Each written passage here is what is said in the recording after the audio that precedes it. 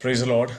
ഇന്ന് വീണ്ടും ഒരു ബൈബിൾ ക്ലാസ്സിലൂടെ നമുക്ക് ഒരുമിച്ച് ദൈവം തന്നതിനായി സ്തോത്രം ചെയ്യുന്നു. ഇന്ന് ജോയിൻ ചെയ്ത എല്ലാവരെയും ഞാൻ ആദ്യമേ യേശു ക്രിസ്തുവിൻ്റെ നാമത്തിൽ വെൽക്കം ചെയ്യുന്നു. സോ കഴിഞ്ഞ ആഴ്ച നമ്മൾ സ്റ്റാർട്ട് ചെയ്യാൻ ദൈവം കൃപ തന്നു. എന്താണ് സ്പിരിച്വൽ ഡിസിപ്ലിൻ എന്നുള്ളൊരു ജസ്റ്റ് ഇൻട്രൊഡക്ഷൻ മാത്രമാണ് നമ്മൾ കഴിഞ്ഞ ആഴ്ചയിൽ നോക്കിയത്. എന്താണ് സ്പിരിച്വൽ ഡിസിപ്ലിൻ എന്തല്ല എന്നുള്ള കാര്യങ്ങൾ മാത്രമാണ് നമ്മൾ നോക്കിയത്. സോ ഈ ആഴ്ച മുതൽ ഞാൻ കഴിഞ്ഞ ആഴ്ച സ്റ്റാർട്ട് ചെയ്തപ്പോഴേ പറഞ്ഞു ഇതൊരു ബുക്കിനെ ബേസ് ചെയ്തിട്ടാണ് നമ്മൾ പോകുന്നത്. സോ നമ്മളൊരിക്കലും ഈ ലോക ജീവിതത്തിൽ പെർഫെക്റ്റ് ആയി അല്ലെങ്കിൽ വചനം പറയുന്നത് പോലെ ഞാൻ പൂർണ്ണനായി എന്ന് പറയാൻ നമുക്ക് ആർക്കും സാധിക്കത്തില്ല. നമ്മൾ ആ ഒരു പൗലോസ് പറയുന്ന പോലെ പിടിക്കാമോ എന്ന് വെച്ച് ഒരു ഓട്ടം ഓടുകയാണ്. ഒരു പെർഫെക്ഷനിലേക്കുള്ള ഒരു ഓട്ടം ഓടിക്കൊണ്ടിരിക്കുക. ആ പെർഫെക്ഷൻ വചനത്തിൻ്റെ വെളിച്ചത്തിൽ നമ്മൾ ചിന്തിച്ചാൽ ആ പെർഫെക്ഷൻ സംഭവിക്കുന്നത് യേശു കർത്താവ് രണ്ടാമത് വീണ്ടും വന്ന് തനിക്ക് വേണ്ടി കാത്തിരിക്കുന്നവരെ ചേർത്തുകൊണ്ട് ആ ഒരു എന്താ പറയുക, രൂപാന്തരം സംഭവിച്ചു കഴിയുമ്പോൾ മാത്രമേ ആ പെർഫെക്ഷനിലേക്ക് നമ്മൾ എത്തത്തുള്ളൂ. പക്ഷേ ആ പെർഫെക്ഷനിലേക്ക് എത്താൻ വേണ്ടിയുള്ള ഒരു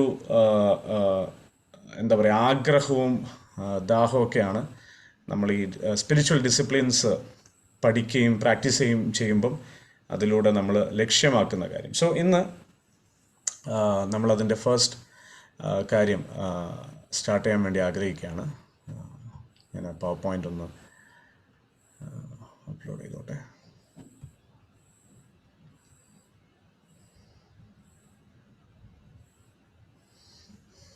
okay, price the Lord. So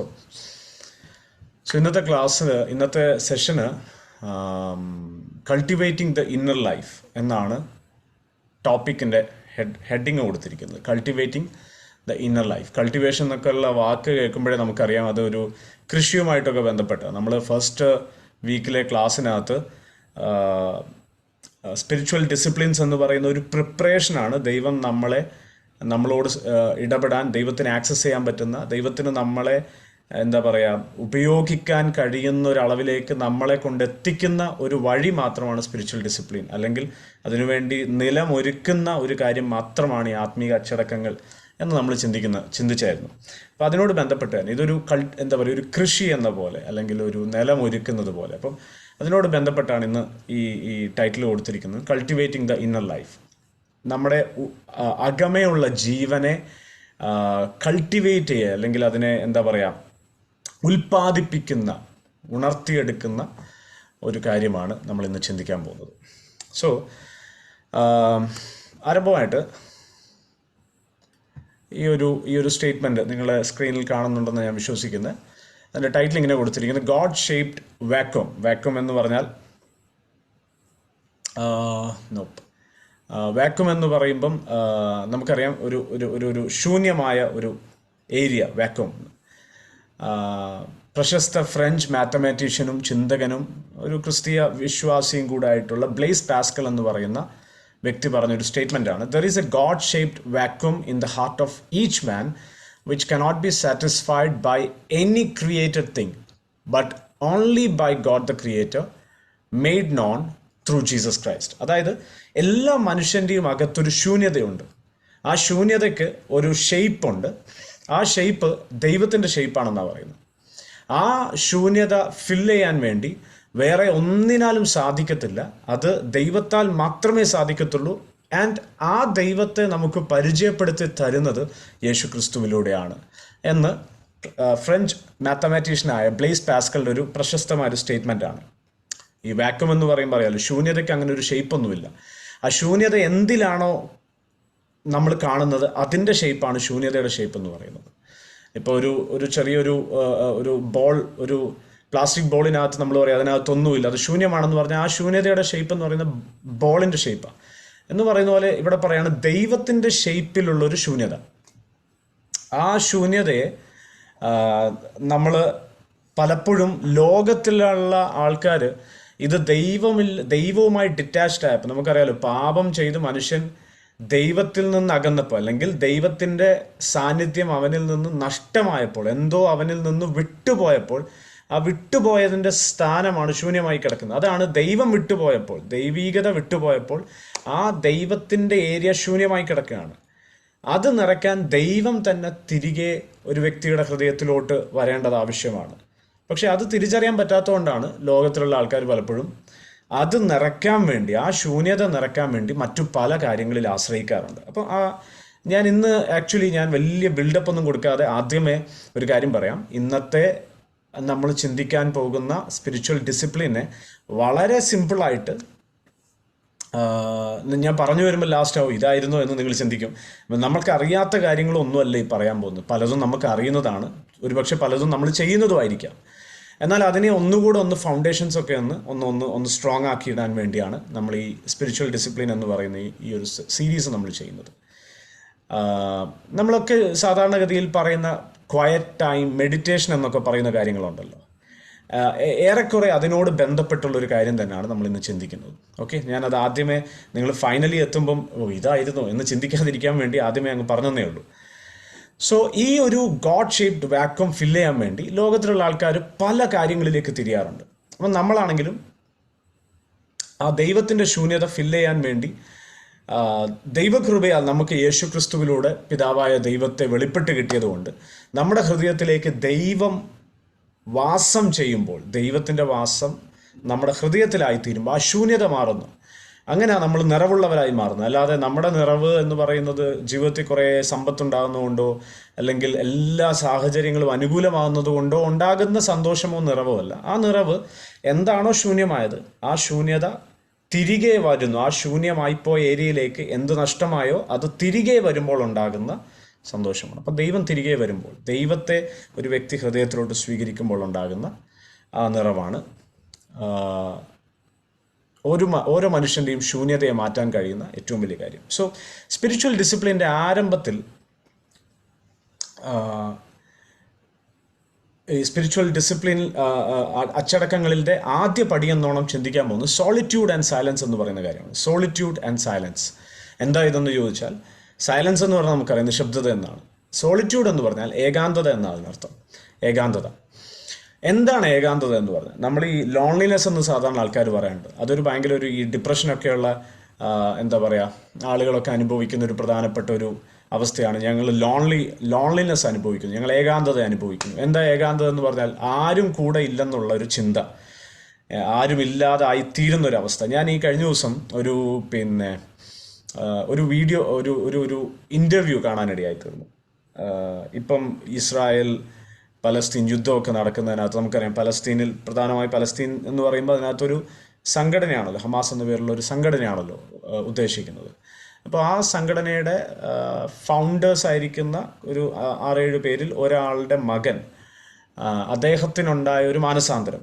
അദ്ദേഹം ആ സംഘടനയിലായിരുന്നു ആരംഭത്തിങ്കിൽ, പിന്നീട് അത് ശരിയല്ല എന്ന് മനസ്സിലായിട്ട് അദ്ദേഹത്തിനുണ്ടായ ഒരു മാനസാന്തരത്തിലൂടെ അദ്ദേഹം ആ സംഘടനയിൽ നിന്ന് വിട്ട്, അല്ലെങ്കിൽ ഈവൻ ആ രാജ്യത്ത് നിന്ന് വിട്ട്, അവർക്കെതിരായി എന്ന് പറയാൻ പറ്റത്തില്ല, അതിൻ്റെ സത്യമായ മറ്റൊരു വശമുണ്ടെന്ന് മനസ്സിലായിട്ട് മാറി നിൽക്കുന്ന ഒരു അവസ്ഥയുണ്ടായി. അപ്പം അത് മുഖാന്തരം ഉണ്ടായ കാര്യം എന്താണെന്ന് വെച്ചാൽ, ഈ വ്യക്തിക്ക് ഈ രാജ്യത്ത് കടക്കാൻ പറ്റത്തില്ല, ഈ രാജ്യത്ത് താമസിക്കാൻ പറ്റത്തില്ല. കാരണം രാജ്യത്തിലുള്ളവർ ഇപ്പോൾ ഈ വ്യക്തിയെ ഒരു രാജ്യദ്രോഹിയായിട്ട് കാണുവാണ്. അപ്പം സ്വാഭാവികമായിട്ടും ആൾ വേറെ ഒരു വിദേശ രാജ്യത്തേക്ക് അഭയം തേടി പോകുന്നു. ഇപ്പോൾ ഒരു വിദേശ രാജ്യത്താണ് അദ്ദേഹം താമസിക്കുന്നത്.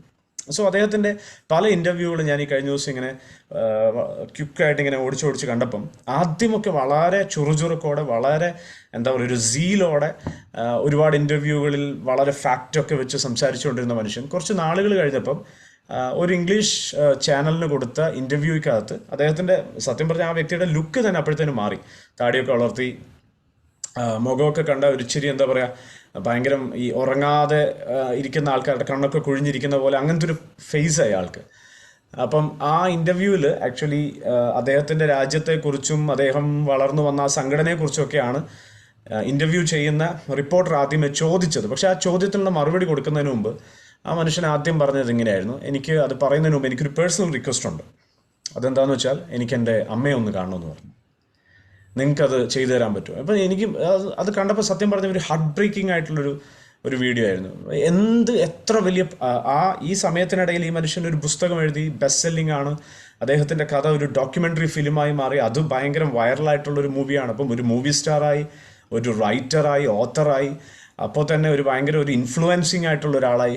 But at the same time ഇതെല്ലാം ഉണ്ട്, ഒരു വലിയ എന്താ പറയുക പോപ്പുലാരിറ്റി ഉള്ളപ്പം തന്നെ ഹീസ് അലോൺ, ആരും കൂടെ ഇല്ല എന്ന് പറയുന്നൊരവസ്ഥ, ഒരു ഏകാന്തത. നമുക്ക് തന്നെ അറിയാലോ, നമ്മൾ പരിചയമില്ലാത്തൊരു സ്ഥലത്തൊക്കെ ജോലിയുടെ ആവശ്യത്തിന് വേണ്ടിയൊക്കെ പോയി കഴിഞ്ഞാൽ ജോലി ചെയ്യുന്ന സമയത്ത് കുഴപ്പമില്ല, അല്ലാതെ ഈ വീക്കെൻഡുകളൊക്കെ വരുന്ന സമയത്ത് നമുക്ക് ദൈവകൃപയാൽ ചേർച്ചിൽ പോകാനുള്ളൊരു സൗകര്യം ഉള്ളതുകൊണ്ട് ഒരു കൂട്ടായ്മ, ഒരു ഫെല്ലോഷിപ്പ് കിട്ടുന്നുണ്ട്. അതൊന്നും ഇല്ലാത്ത അവസ്ഥയിൽ, അല്ലെങ്കിൽ അതില്ലാതിരുന്ന ഒരു കാലം നമുക്കുണ്ടായിട്ടുണ്ടെങ്കിൽ ഒന്ന് ചിന്തിച്ചു നോക്കിയാൽ നമുക്ക് മനസ്സിലാവില്ല. ആ വീക്കെൻഡുകൾ വരുമ്പോഴാണ് നമുക്ക് പറയാൻ ഒരു കൂട്ടുകാരെന്നോ ഒരു കുടുംബമെന്നോ റിലേറ്റീവ് എന്നോ പറയാൻ ആരുമില്ലാതെ വരുമ്പോൾ ഒരു 2 ദിവസത്തെ കാര്യമാണ്. പക്ഷെ ആ ലോൺലിനെസ് പോലും ഭയങ്കര സ്കാരിയാണ്, ഭയങ്കര ഭയപ്പെടുത്തുന്നതാണ്.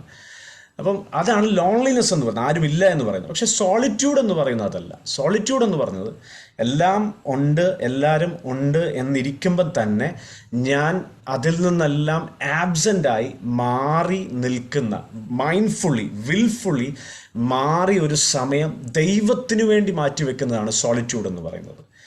So it's not loneliness, it is being absent from society and people. നമ്മുടെ ലൈഫിൽ നോക്കിക്കഴിഞ്ഞാൽ നമുക്കറിയാം ഈ ഗ്രേറ്റ് അമേരിക്കൻ ഡ്രീം എന്നൊക്കെ, ഇവർ അമേരിക്കൻ കൾച്ചറിനകത്തുള്ളൊരു സാധനമാണ്. ഒരു പണിയും ഇല്ലെങ്കിൽ പോലും, പ്രത്യേകിച്ച് വലിയ ജോലിയൊന്നും ഇല്ലെങ്കിൽ പോലും ഇങ്ങനെ തിരക്ക് പിടിച്ച് അങ്ങോട്ടും ഇങ്ങോട്ടും ഒക്കെ നടക്കുകയും ഓടുകയും എന്തെങ്കിലും കാര്യത്തിൽ ഞാൻ ഉണ്ടെന്ന് പറയുന്നത് ജീവിതം സക്സസ്ഫുൾ ആണെന്ന് കാണിക്കുന്നതിൻ്റെ ഒരു സിമ്പിളാണ്. നിങ്ങൾ ഈ വലിയ ഹാപ്പനിങ് സിറ്റീസിലൊക്കെ പോയി കഴിഞ്ഞാൽ, ഉദാഹരണത്തിന് ഇപ്പോൾ ബോംബെ അല്ലെങ്കിൽ പൂനെ, അതുപോലുള്ള വലിയ വലിയ സിറ്റീസിലൊക്കെ പോയി കഴിഞ്ഞപ്പം ഈവൻ എറണാകുളം പോലും ഇനി അധികം താമസിയാതെ അങ്ങനെ ഒരു വലിയൊരു ഹാപ്പനിങ് സിറ്റി ആയിട്ട് മാറും. It's already A happening city. അങ്ങനെ ഒരു സിറ്റി ആയിട്ട് മാറുമ്പം ആ സിറ്റിയിൽ ഒരു വ്യക്തി സക്സസ്ഫുൾ ആണെന്ന് പറയണമെങ്കിൽ he should be A busy man, വളരെ തിരക്കുള്ളൊരു മനുഷ്യൻ. ചിലർ പറയത്തില്ല എനിക്ക് ഒട്ടും സമയമില്ല, എൻ്റെ സമയത്തിന് ലക്ഷങ്ങളാണ് വില എന്നൊക്കെ പറയും, എൻ്റെ ഓരോ മിനിറ്റുകൾക്ക് ലക്ഷങ്ങളാണ് വില എന്ന് പറയും. അങ്ങനെ പറയുമ്പം തന്നെ അത് ഈ മനുഷ്യൻ ഹീസ് ഹൈലി ഏർണിംഗ് മാൻ, ഒരു ഭയങ്കര വരുമാനം ഉണ്ടാക്കുന്ന ഒരു മനുഷ്യൻ, ഭയങ്കര സക്സസ്ഫുൾ ആയിട്ടുള്ളൊരു മനുഷ്യൻ എന്നാണ് ഒരു പിക്ചർ നമുക്ക് കിട്ടുന്നത്. ഇതൊക്കെ ഒരു അമേരിക്കൻ കൾച്ചറിനകത്ത്, ഒരു വെസ്റ്റിൻ്റെ കൾച്ചറിനകത്ത് വന്നൊരു സാധനമാണ്. സോ ബിസിനസ് എന്ന് പറയുന്നത് തന്നെ, അപ്പം എനിക്കിന്നൊരു പണിയും ഇല്ല എന്ന് പറയുമ്പം ഞാൻ എന്തോ ഒരു ഭയങ്കര ശൂന്യനാണ്, ഞാനൊരു പരാജയമാണെന്നുള്ളൊരു ചിന്ത മനുഷ്യരുടെ ഹൃദയത്തിനകത്തോട്ട് വരുന്ന ഒരു കൾച്ചറിലാണ് നമ്മൾ ജീവിക്കുന്നത്. അപ്പം തന്നെ അതുകൊണ്ട് തന്നെ നമ്മുടെ ലൈഫിൻ്റെ ഒരു ഭാഗമാണ് ബിസിയായി നിൽക്കുക എന്ന് പറയുന്നത്. ബിസിനെസ്, ഒന്നും ചെയ്യാനില്ല എന്ന് പറയുന്നത് ഒരു ഭയങ്കരം ഒരു ഭീതിപ്പെടുത്തുന്ന ഒരു അനുഭവമായിട്ട് ആളുകൾക്ക് മാറുന്ന ഒരു കാലഘട്ടത്തിലാണ് ജീവിക്കുന്നത്. ഇതിൻ്റെ നടുവിൽ it's very important to know and practise the discipline of solitude. Wilfully, mindfully ഒരു സമയം കണ്ടെത്തി മാറി ദൈവസന്നിധിയിൽ ഇരിക്കേണ്ടുന്നത് വളരെ അത്യാവശ്യമാണ്. And what is solitude? മൂന്നാമത്തെ ഒരു പോയിന്റ് പറഞ്ഞു, it is a process of learning to wait on the Lord. ദൈവത്തെ കാത്തിരിക്കുക എന്ന് പറയുന്ന ഒരു പ്രോസസ്സാണ് ശരിക്കും ഈ സോളിറ്റ്യൂഡ് എന്ന് പറയുന്നത്. ഞാനതിലേക്ക് കൂടുതലായിട്ട് വരാം. ഇവിടെ താഴെ ഒരു വാക്യം കൊടുത്തിട്ടുണ്ട്, യെശയ്യാവ് 40:31 വാക്യം. നമുക്ക് വളരെ പരിചിതമായിട്ടുള്ളൊരു വാക്യമാണ്. യഹോവയെ കാത്തിരിക്കുന്നവർ ശക്തിയെ പുതുക്കും, അവർ കഴുകന്മാരെ പോലെ ചിറകടിച്ചു വരും എന്ന് പറയുന്ന വാക്യം. അത് ഇംഗ്ലീഷിൽ നമ്മൾ നോക്കുമ്പോൾ but those who wait on the Lord shall renew their strength. അപ്പം ആ വെയിറ്റിംഗ് എന്ന് പറയുന്നതിനകത്ത് സത്യത്തിൽ എന്താ പറയുക, അതൊരു നിഷ്ക്രിയമായിട്ടുള്ളൊരു അവസ്ഥയാണ്. ഒന്നും എനിക്ക് ചെയ്യാനില്ല, I just wait upon the Lord. ഞാൻ ദൈവത്തിൻ്റെ മുൻപാകെ ദൈവത്തിൻ്റെ പ്രവൃത്തി വെളിപ്പെടാൻ വേണ്ടി, ദൈവത്തിൻ്റെ കരം ചലിക്കാൻ വേണ്ടി, ദൈവം ഒരു കാര്യം ചെയ്യാൻ വേണ്ടി, ദൈവത്തിൻ്റെ സമയത്തിന് വേണ്ടി വെയിറ്റ് ചെയ്യുന്ന ഒരു അനുഭവം. അതാണ് ഒരു മാറിയിരിക്കുന്ന സോളിറ്റ്യൂഡ് എന്ന് പറയുന്നത്, ഒരു ലോൺലിനെസ്. അത് ഒരിക്കലും ഒരു കൂട്ടത്തിനകത്തല്ല. ഞാനിത് പറയുമ്പം തന്നെ ഒരു കാര്യം പ്രത്യേകം എടുത്ത് പറയട്ടെ, ഇത് മാത്രമാണ് ഒരു വഴി എന്നുള്ളതല്ല പറയുന്നത്. നമ്മുടെ കോർപ്പറേറ്റ് വേർഷിപ്പ് ഉണ്ട്, നമ്മൾ സഭയായിട്ട് ഒരുമിച്ച് വന്ന് പ്രാർത്ഥിക്കുന്നു, ആരാധിക്കുന്നു, അതൊക്കെ ഉണ്ട്. അതുപോലെ തന്നെ ആത്മാവിലുള്ള ആരാധന, അന്യഭാഷയിലുള്ള ആരാധന, ഇങ്ങനെ പല രീതിയിൽ ദൈവത്തോട് കണക്ട് ചെയ്യാനുള്ള മാർഗങ്ങൾ ഒരു കോർപ്പറേറ്റ് വേർഷിപ്പിനകത്തും ഒക്കെ സംഭവിക്കുന്നുണ്ട്. ഇത് പക്ഷേ നമ്മൾ സ്പിരിച്വൽ ഡിസിപ്ലിൻ ചിന്തിക്കുന്നത് പേഴ്സണൽ റിലേഷൻഷിപ്പ് എങ്ങനെ കർത്താവിനോട് ബിൽഡ് ചെയ്യാമെന്നുള്ള കാര്യത്തിൽ പഠിക്കാൻ വേണ്ടിയാണ്, അല്ലെങ്കിൽ അതിനെ പ്രാക്ടീസ് ചെയ്യാൻ വേണ്ടിയാണ് നമ്മൾ നോക്കുന്നത്. ഇതൊരു കോർപ്പറേറ്റ് കോൺസെപ്റ്റിലല്ല പോകുന്നത്, ഇതൊരു പേഴ്സണൽ കോൺസെപ്റ്റിലാണ് പോകുന്നത്. ദൈവവുമായിട്ടുള്ള വ്യക്തിപരമായ ബന്ധത്തിൽ എനിക്കെങ്ങനെ ആഴമായ ഒരു ദൈവിക അനുഭവത്തിലേക്ക് മുന്നോട്ട് പോകാൻ സാധിക്കും. സോ സോളിറ്റ്യൂഡ് നിങ്ങൾക്ക് മനസ്സിലായെന്ന് ഞാൻ വിശ്വസിക്കുന്നു. ഒരു വേർപെട്ട് ഒറ്റയ്ക്കിരിക്കുന്ന, ഒരുമിച്ച് ഒരു 4 പേര് കൂടി ഇരുന്ന് പ്രാർത്ഥിക്കുന്നു എന്ന് പറയുന്ന അവസ്ഥയല്ല, ഞാൻ ഒറ്റയ്ക്ക് ദൈവസന്നിധിയിൽ മാറിയിരിക്കുന്നു എന്ന് പറയുന്ന ഒരവസ്ഥ. Okay, so solitude and silence എന്നൊരു വാക്കാണ് ഞാൻ അടുത്ത് പറഞ്ഞത്. What is silence? സൈലൻസ് എന്ന് പറഞ്ഞാൽ practice of quieting every voice. ഈ സൈലൻസ് ആക്ച്വലി ഭയങ്കര ഫ്രീക്കിംഗ് ആണ്. ഫ്രീക്കിംഗ് ഇൻ ദ സെൻസ് ഭയങ്കര അൺകംഫർട്ടബിൾ ആക്കുന്ന ഒരു സാധനമാണ് സൈലൻസ് എന്ന് പറയുന്നത്. ഞാൻ പറഞ്ഞല്ലോ, നമുക്ക് പ്രത്യേകിച്ച് നമ്മുടെ ഒരു വേ ഓഫ് വേർഷിപ്പ് കൾച്ചറിനകത്തൊക്കെ സൈലൻ്റായി നിൽക്കുക എന്ന് പറയുന്ന ഒരു കാര്യം നമുക്ക് ഇറ്റ്സ് അൺഇമാജിനബിൾ. നമ്മൾ പ്രാക്ടീസ് ചെയ്തിട്ടില്ലാത്ത, അധികം നമുക്ക് പരിചിതമല്ലാത്ത ഒരു കാര്യം കൂടാണ്. കാരണം നമ്മുടെ വേർഷിപ്പിനകത്താണെങ്കിലും നമ്മുടെ പ്രയറിനകത്താണെങ്കിലും ശബ്ദമുണ്ട്. അതിൻ്റെ ശബ്ദമുഖരിതമായ ഒരു അന്തരീക്ഷമാണ് പ്രാർത്ഥനയ്ക്കകത്തും ആരാധനയ്ക്കകത്തും ഒക്കെ. അപ്പോൾ അതാണ് നമ്മൾ പ്രാക്ടീസ് ചെയ്തിരിക്കുന്ന, നമ്മൾ പരിചയിച്ചു വന്നിട്ടുള്ള ഒരു കാര്യമെന്ന്. അതുകൊണ്ട് തന്നെ ഈ സൈലൻ്റ് ആയിരിക്കുക എന്ന് പറയുന്നത് ഒരല്പം നമ്മളെ സംബന്ധിച്ചിടത്തോളം, ആക്ച്വലി നമ്മളെ മാത്രമല്ല, ലോകത്ത് ഏതൊരു മനുഷ്യനെ സംബന്ധിച്ചിടത്തോളം ബീങ് സൈലൻ്റ് എന്ന് പറയുന്നത് അതൊരു സ്കാരി ആയിട്ടുള്ളൊരു കാര്യമാണ്, ഭയപ്പെടുത്തുന്ന ഒരു കാര്യമാണ്. ഞാനത് വെറുതെ പറഞ്ഞല്ലോ കേട്ടോ. ഒരു ശബ്ദവും നിങ്ങളെ ഡിസ്റ്റർബ് ചെയ്യാനില്ലാത്ത ഒരു അന്തരീക്ഷത്തിൽ നിങ്ങൾക്ക് ഒരു 1/2 മണിക്കൂർ മിണ്ടാതെ ഇരിക്കാൻ പറ്റുമെങ്കിൽ ഒന്ന് പ്രാക്ടീസ് ചെയ്ത് നോക്കണം. അങ്ങനെ ഒന്ന് ഇരുന്നാൽ ശരിക്കും നമ്മുടെ ചിന്ത പോകുന്ന വഴി പോലും നമ്മളെ ഭയപ്പെടുത്തി കളയും ചിലപ്പം. നിങ്ങൾക്കറിയാമോ, ഇത് ആക്ച്വലി ഇതിനോട് ബന്ധപ്പെട്ടല്ല, പക്ഷേ മനസ്സിലാകാൻ വേണ്ടി ഒരു കാര്യം പറയാം. ലോകത്തെ ഏറ്റവും സൈലൻ്റ് ആയിട്ടുള്ള ഒരു റൂം മിനസോട്ട എന്ന് പറഞ്ഞ സ്ഥലത്ത്, അമേരിക്കയിലാണെന്ന് എൻ്റെ ഒരു അറിവ്. അമേരിക്കയിലെ മിനസോട്ട എന്ന് പറഞ്ഞ സ്ഥലത്ത് ഒരു ലബോറട്ടറി വികസിപ്പിച്ചെടുത്തൊരു റൂമുണ്ട്. അനക്കോയിക് റൂം എന്നാണ് അതിന് പറയാം. അനക്കോയിക് എന്ന് പറഞ്ഞാൽ എക്കോ ഇല്ലാത്ത റൂം. ഒരു എക്കോ പോലും അതിനകത്തില്ല. അവർ ആ റൂം അങ്ങനെ ഡിസൈൻ ചെയ്തിരിക്കുന്നത്. 99.99% സൈലൻസ് ആണ് ആ റൂമിനകത്ത്. നിങ്ങൾ ചുമ്മാ ഗൂഗിൾ കയറി തപ്പി നോക്കിക്കഴിഞ്ഞാൽ ഇതിൻ്റെ ഡീറ്റെയിൽസ് കിട്ടും. അനക്കോയിക് റൂം ഇൻ മിനസോട്ട. ആ റൂമിൽ എനിക്ക് തോന്നുന്നു അതിൻ്റെ റെക്കോർഡ് പ്രകാരം ഏറ്റവും കൂടുതൽ സമയം അതിനകത്ത് ഒരാൾ ചിലവഴിച്ചിട്ടുള്ളത് അറൗണ്ട് 50 or 55 minutes. അതിനപ്പുറത്ത് പോകത്തില്ല. കാരണം അതിനപ്പുറത്ത് പോയാൽ ഹാലൂസിനേഷൻ ഉണ്ടാകും. ഇല്ലാത്ത ശബ്ദങ്ങൾ നമ്മൾ കേൾക്കുന്ന പോലെ മാനസിക വിഭ്രാന്തി ഉണ്ടായിട്ട് ആ മനുഷ്യൻ മുറിയിൽ നിന്ന് പുറത്തു വരും. നിങ്ങൾക്കറിയാം, ആ റൂമിൽ ഒരു എക്കോ പോലും ഇല്ല, പുറത്തുനിന്നുള്ളൊരു സൗണ്ട് കേൾക്കത്തില്ല. 99.99% സൈലൻ്റ് ആ റൂം എന്ന് പറയുന്നത്. അങ്ങനെ ആ റൂമിൽ സംഭവിക്കും. നിങ്ങൾ അതിൻ്റെ വീഡിയോസ് ഒരുപാടുണ്ട്. ആ റൂമിൽ കയറി കഴിഞ്ഞാൽ സംഭവിക്കുന്ന കാര്യം എന്താ അറിയോ? നിങ്ങളെപ്പോഴെങ്കിലും നിങ്ങൾ ഉമിനീര് ഇറക്കുന്ന സൗണ്ട് കേട്ടിട്ടുണ്ടോ? നമ്മളത് ശ്രദ്ധിക്കാറില്ല. കാരണം നമ്മൾ അങ്ങനെ ഒരു നോയ്സ് ഫിൽഡ് അറ്റ്മോസ്ഫിയറിലാണ് ജീവിക്കുന്നത്. പക്ഷേ ആ മുറിക്കകത്ത് കയറി കഴിഞ്ഞാൽ നമ്മുടെ ഉമിനീര് ഇറങ്ങിപ്പോകുന്ന പോലും നമ്മൾ കേൾക്കും. നമ്മുടെ ഹൃദയമിടിപ്പ് നമുക്ക് കേൾക്കാൻ പറ്റും. ഈവൻ അവർ പറയുന്ന ബ്രെയിനകത്തോട്ട് ബ്ലഡ് പമ്പ് ചെയ്യുന്ന ഇങ്ങനെ ഒരു വേവ് പോലുള്ളൊരു സൗണ്ട് പോലും നമ്മൾ കേട്ടു തുടങ്ങും. ഭയങ്കരം ഫ്രീക്കിംഗ് ആയിട്ടുള്ളൊരു മൊമെൻ്റാണ് അത്. നമ്മുടെ ഈ വസ്ത്രമൊക്കെ, നമ്മളിട്ടേക്കുന്ന ഡ്രസ്സൊക്കെ ഇങ്ങനെ അനങ്ങുമ്പോൾ ഒരു റിംഗ്ലിംഗ് സൗണ്ട് ഉണ്ട്. നമ്മളതൊന്നും അങ്ങനെ കേൾക്കാറില്ല. പക്ഷെ അതൊക്കെ അവിടെ ഭയങ്കര എവിഡൻ്റ് ആയിട്ട് കേട്ടു തുടങ്ങും. സോ സൈലൻസ് ആക്ച്വലി മനുഷ്യനെ സംബന്ധിച്ചിടത്തോളം ഭയങ്കര ഫ്രീക്കിംഗ് ആണ്. എന്നാൽ ദൈവസന്നിധിയിൽ നമ്മൾ പ്രാക്ടീസ് ചെയ്യേണ്ട ഒരു പ്രധാനപ്പെട്ട കാര്യമാണ് സൈലൻസ് എന്ന് പറയുന്നത്. ഞാൻ ഈ പറഞ്ഞതുമായി ബന്ധപ്പെട്ട സൈലൻസ് അല്ല, അതൊന്ന് മനസ്സിലാക്കാൻ, ഹൗ ഫ്രീക്കിംഗ് ഇറ്റ് ഈസ് എന്നൊന്ന് മനസ്സിലാക്കാൻ വേണ്ടി മാത്രമാണ് ഞാൻ ആ കാര്യം പറഞ്ഞത്. So practice of quieting every voice. എൻ്റെ അകമേ ഞാൻ കേൾക്കുന്ന ശബ്ദം, അകമേ കേൾക്കുന്ന ശബ്ദം എന്ന് പറയുമ്പം അത് എൻ്റെ തന്നെ മനസ്സ് പറയുന്നുണ്ട്, പിശാച് എന്നോട് പറയുന്നുണ്ട്, ദൈവം എന്നോട് പറയുന്നുണ്ട്, ഇന്നർ വോയിസ് ഉണ്ട്. അതേസമയം ഔട്ടർ വോയിസ് ഉണ്ട്. ഔട്ടർ വോയിസ് എന്ന് പറഞ്ഞാൽ എന്താ പറയുക, നമ്മുടെ ലൈഫിനെ പലപ്പോഴും കൺട്രോൾ ചെയ്യുന്നത് വേർഡ്സാണ്. ഈ ബീയിങ് സൈലൻസ് എന്ന് പറഞ്ഞാൽ തന്നെ അവിടെ എന്തിൻ്റെ ആബ്സൻസാണ് ഉണ്ടാകുന്നത്? നിശബ്ദരാകുക എന്ന് പറയുമ്പം തന്നെ അവിടെ ഇല്ലാണ്ടാകുന്ന ഒരു സാധനം വാക്കുകളാണ്. വാക്കുകൾ എന്ന് പറയുന്നത് ഭയങ്കര ഇമ്പോർട്ടൻ്റ് അല്ലേ? നമ്മൾ ആളുകളെ, നമ്മുടെ സിറ്റുവേഷൻസിനെ കൺട്രോൾ ചെയ്യുന്നതെല്ലാം നമ്മുടെ വാക്കുകൾ ഉപയോഗിച്ചാണ്. അപ്പം വാക്കുകൾ ഇല്ലാതാകുക എന്ന് പറഞ്ഞാൽ തന്നെ അത് ഒരുപാട് കാര്യങ്ങൾ ഇല്ലാണ്ടാക്കും. ഇപ്പം നിങ്ങളൊരു സാഹചര്യത്തിൽ അന്യായമായി കുറ്റാരോപിതനാകുമ്പോൾ നിങ്ങളുടെ ന്യായം നിങ്ങൾ തെളിയിക്കണമെങ്കിൽ, നമ്മൾ പറയത്തില്ലേ, ഞാൻ എന്നെ ജസ്റ്റിഫൈ ചെയ്യണമെങ്കിൽ എങ്ങനെ അത് ചെയ്യുക? ആക്ഷൻ കൊണ്ടല്ല, അത് ചെയ്യുന്ന വാക്കുകളും കൊണ്ടാണ്. ഇപ്പം അന്യായമായിട്ട് എൻ്റെ മേലൊരു കുറ്റം ആരോപിച്ചു. പക്ഷെ ആ സാഹചര്യത്തിൽ എനിക്ക് ആ സാഹചര്യത്തിൽ എൻ്റെ നിരപരാധിത്വം തെളിയിക്കണമെങ്കിൽ ഞാൻ സംസാരിച്ചേ പറ്റത്തുള്ളൂ. നമ്മൾ അങ്ങനെയല്ലേ പലപ്പോഴും ചിന്തിക്കുന്നത്? ഞാൻ പറഞ്ഞില്ലെങ്കിൽ എങ്ങനെയാണ് ശരിയാവുന്നത്? ഞാൻ പറയണ്ടേ? ഈ സമയത്ത് ശരിക്കും പറഞ്ഞാൽ നമ്മൾ ബൈബിളിലോട്ട് ശ്രദ്ധിച്ചു കഴിഞ്ഞാൽ യേശുവിനെ എന്താ പറയുക, പിടിക്കപ്പെട്ടതിന് ശേഷം കോടതി മുറികളിൽ വിചാരണയ്ക്ക് കൊണ്ട് നിർത്തിയിട്ട് യേശുവിനെതിരെ കുറ്റം ആരോപിക്കുമ്പോൾ, സത്യമായിട്ടുള്ള കാര്യങ്ങളല്ല, കള്ളം ചമച്ചു കെട്ടിക്കൊണ്ടുവന്ന കുറ്റം ആരോപിക്കുന്ന സമയത്ത് യേശു അവിടെ എല്ലാം അതങ്ങനല്ല, ഞാൻ അങ്ങനല്ല പറഞ്ഞത്, ഞാൻ ഉദ്ദേശിച്ച ഇതാണ് എന്നൊന്നും ജസ്റ്റിഫൈ ചെയ്യാൻ പോയിട്ടില്ല. He was silent.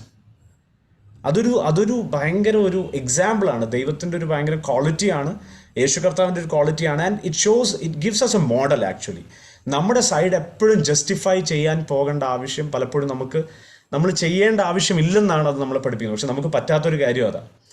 നമുക്ക് ആ ഔട്ടർ വോയിസസ് നമ്മളെ കമ്പൽ ചെയ്യും, നമ്മളെ നിർബന്ധിക്കും. നീ പറഞ്ഞില്ലെങ്കിൽ എങ്ങനെ ശരിയാവണേ, നീ പറഞ്ഞില്ലേ അതാരാ പറയുന്നത്. അപ്പം ശരിക്കും അവിടെ സംഭവിക്കുന്നത് മൂന്നാമത് എഴുതിയിരിക്കുന്ന കാര്യമാണ്, losing our tendency to control. Silent ആകുക എന്ന് പറയുമ്പോൾ, ഇപ്പോൾ ഈ സിറ്റുവേഷൻ കൺട്രോൾ ചെയ്യണമെങ്കിൽ ഞാൻ എന്തെങ്കിലും പറഞ്ഞേ പറ്റൂ എന്ന് പറയുന്ന ഒരു നിർബന്ധം എൻ്റെ മേൽ കിടക്കുന്നത്, അല്ലെങ്കിൽ എൻ്റെ ജഡത്തിൻ്റെ ആ ചിന്തയെ ബ്രേക്ക് ചെയ്യുന്നതാണ് the practice of silence. Control എൻ്റെ കയ്യിലല്ല. എന്നെ ജസ്റ്റിഫൈ ചെയ്യേണ്ടത്, എന്നെ നീതീകരിക്കേണ്ടത് ഞാനല്ല. എനിക്ക് വേണ്ടി വാദിക്കുന്നത് ദൈവമുണ്ടെന്ന്, എനിക്ക് വേണ്ടി സംസാരിക്കുന്ന ദൈവമുണ്ടെന്നുള്ള തിരിച്ചറിവിൽ കൺട്രോൾ ദൈവത്തെ ഏൽപ്പിക്കുന്നൊരു കാര്യം കൂടാണ് ദ പ്രാക്ടീസ് ഓഫ് സൈലൻസ് എന്ന് പറയുന്നത്. ബീയിങ് സ്റ്റിൽ, ഒരുപാട് വാക്യങ്ങൾ ഇതിനോട് ചേർത്ത് പറയുന്നുണ്ട്. ബീയിങ് സ്റ്റിൽ, മിണ്ടാതിരുന്ന് ഞാൻ ദൈവം എന്നറിഞ്ഞുകൊള്ളുക എന്നൊക്കെ പറയുന്ന വാക്യങ്ങളുണ്ടല്ലോ. ബീയിങ് സ്റ്റിൽ, ദൈവസന്നിധിയിൽ നിശബ്ദനായിത്തീരുക എന്നുള്ളത്. ആഫ്റ്റർ ഓൾ ഞാൻ പറയട്ടെ, ഇത് നമ്മൾ പറഞ്ഞല്ലോ, solitude and silence combined with attention to the presence of God is the starting point for all other spiritual disciplines. എല്ലാ ആത്മീക അച്ചടക്കങ്ങളുടെയും ആരംഭ പടി എന്ന് പറയുന്നത് ഈ നിശബ്ദതയും ദൈവത്തോട് കൂടെയുള്ള ഏകാന്തതയും ആണ്. എന്താ അത് പറയുന്നതെന്ന് വെച്ചാൽ, റിലാക്സിങ്. സത്യം പറഞ്ഞാൽ ഞാൻ ഈ സങ്കീർത്തനം നമ്മൾ വായിക്കും, 23-ാം സങ്കീർത്തനത്തിനകത്ത് യഹോവ എൻ്റെ ഇടയനാകുന്നു, എനിക്ക് മുട്ടുണ്ടാകില്ല എന്നൊക്കെ പറഞ്ഞിട്ട് ഇടയൻ എന്നെ എങ്ങനെയാണ് ടേക്ക് കെയർ ചെയ്യുന്നതെന്നുള്ള കാര്യങ്ങൾ ദാവീദ് അവിടെ വിവരിക്കുന്നുണ്ട്. അവൻ എന്നെ പച്ചയായ പുൽപ്പുറങ്ങളിൽ കിടത്തുന്നു, സ്വസ്ഥതയുള്ള വെള്ളത്തിനരികത്തേക്ക് നടത്തുന്നു. അവിടെ അടുത്തൊരു വാക്യം പറയുന്നത്, അവൻ എൻ്റെ പ്രാണനെ തണുപ്പിക്കുന്നു. He quiets my soul, he cools my soul. അല്ലേ, നമ്മളിങ്ങനെ ചൂടായി നിൽക്കുന്ന ആൾക്കാരോട് നമ്മൾ പറയത്തില്ലേ, കൂൾ ഡൗൺ മാൻ, നീ ഒന്ന് ആശ്വസിക്കുക, നീ ഒന്ന് വിട്ടുകളാ, അല്ലെങ്കിൽ ഒന്ന് സമാധാനിക്കുക എന്ന് പറയത്തില്ലേ. നമുക്ക് അങ്ങനെ ഒരു വാക്കുകൊണ്ടൊന്നും നമുക്ക് സമാധാനിക്കാനൊന്നും പറ്റത്തില്ല. പക്ഷേ അത് യഥാർത്ഥത്തിൽ എൻ്റെ മനസ്സിന്, എൻ്റെ ഹൃദയത്തിന് ചൂട് പിടിച്ചതിനെ ശരിക്കും ക്വയറ്റ് ചെയ്യണമെങ്കിൽ, കൂൾ ചെയ്യണമെങ്കിൽ അത് ദൈവത്തിലേ സംഭവിക്കത്തുള്ളൂ. 73-ാം സങ്കീർത്തനമാണെന്നാണ് എൻ്റെ ഒരു ഓർമ്മ.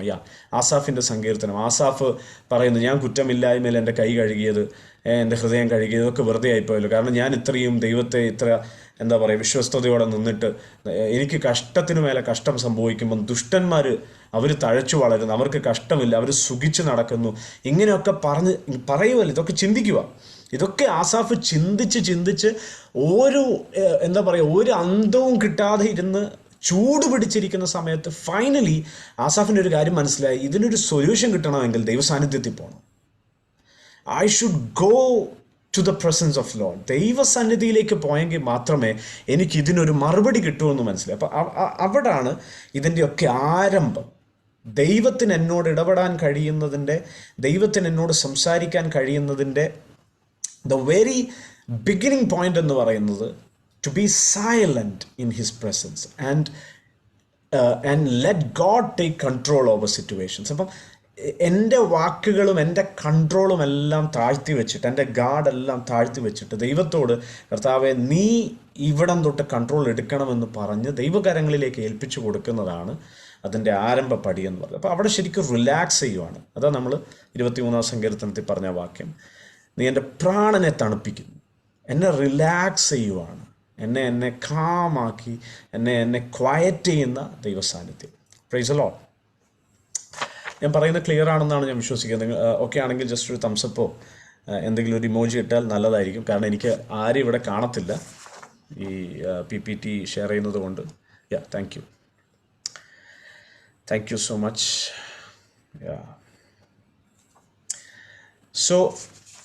So moving on, silence means being still so that we can hear the voice that searches our hearts.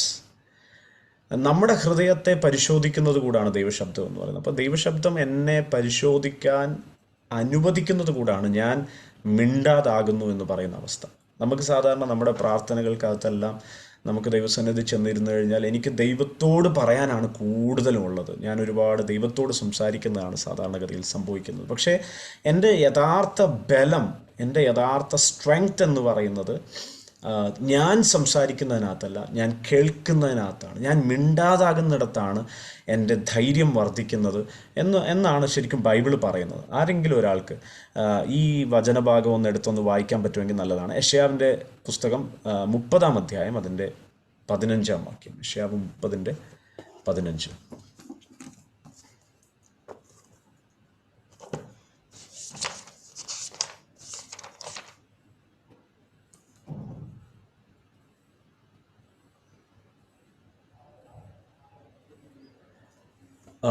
ആർക്കെങ്കിലും ഒരാൾക്ക് വായിക്കാമോ? യെശയ്യാവ് 30:15. ഇസ്രായേലിന്റെ പരിശുദ്ധനായ യഹോവയായ കർത്താവ് ഇപ്രകാരം അരുളിച്ചെയ്യുന്നു, മനം തിരിഞ്ഞ് അടങ്ങിയിരുന്നാൽ നിങ്ങൾ രക്ഷിക്കപ്പെടും. വിശ്രമിക്കുന്നതിലും ആശ്രയിക്കുന്നതിലും നിങ്ങളുടെ ബലം. എങ്കിലും നിങ്ങൾക്ക് താങ്ക് യു. ആ വാക്യമാണ് വേണ്ടത്. മനം തിരിഞ്ഞ് അടങ്ങിയിരുന്നാൽ നിങ്ങൾ രക്ഷിക്കപ്പെടും, വിശ്രമിക്കുന്നതിലും ആശ്രയിക്കുന്നതിലും. അതിൻ്റെ ഇംഗ്ലീഷ് വേർഷനിൽ എഴുതിയിരിക്കുന്ന in quietness and trust is your strength.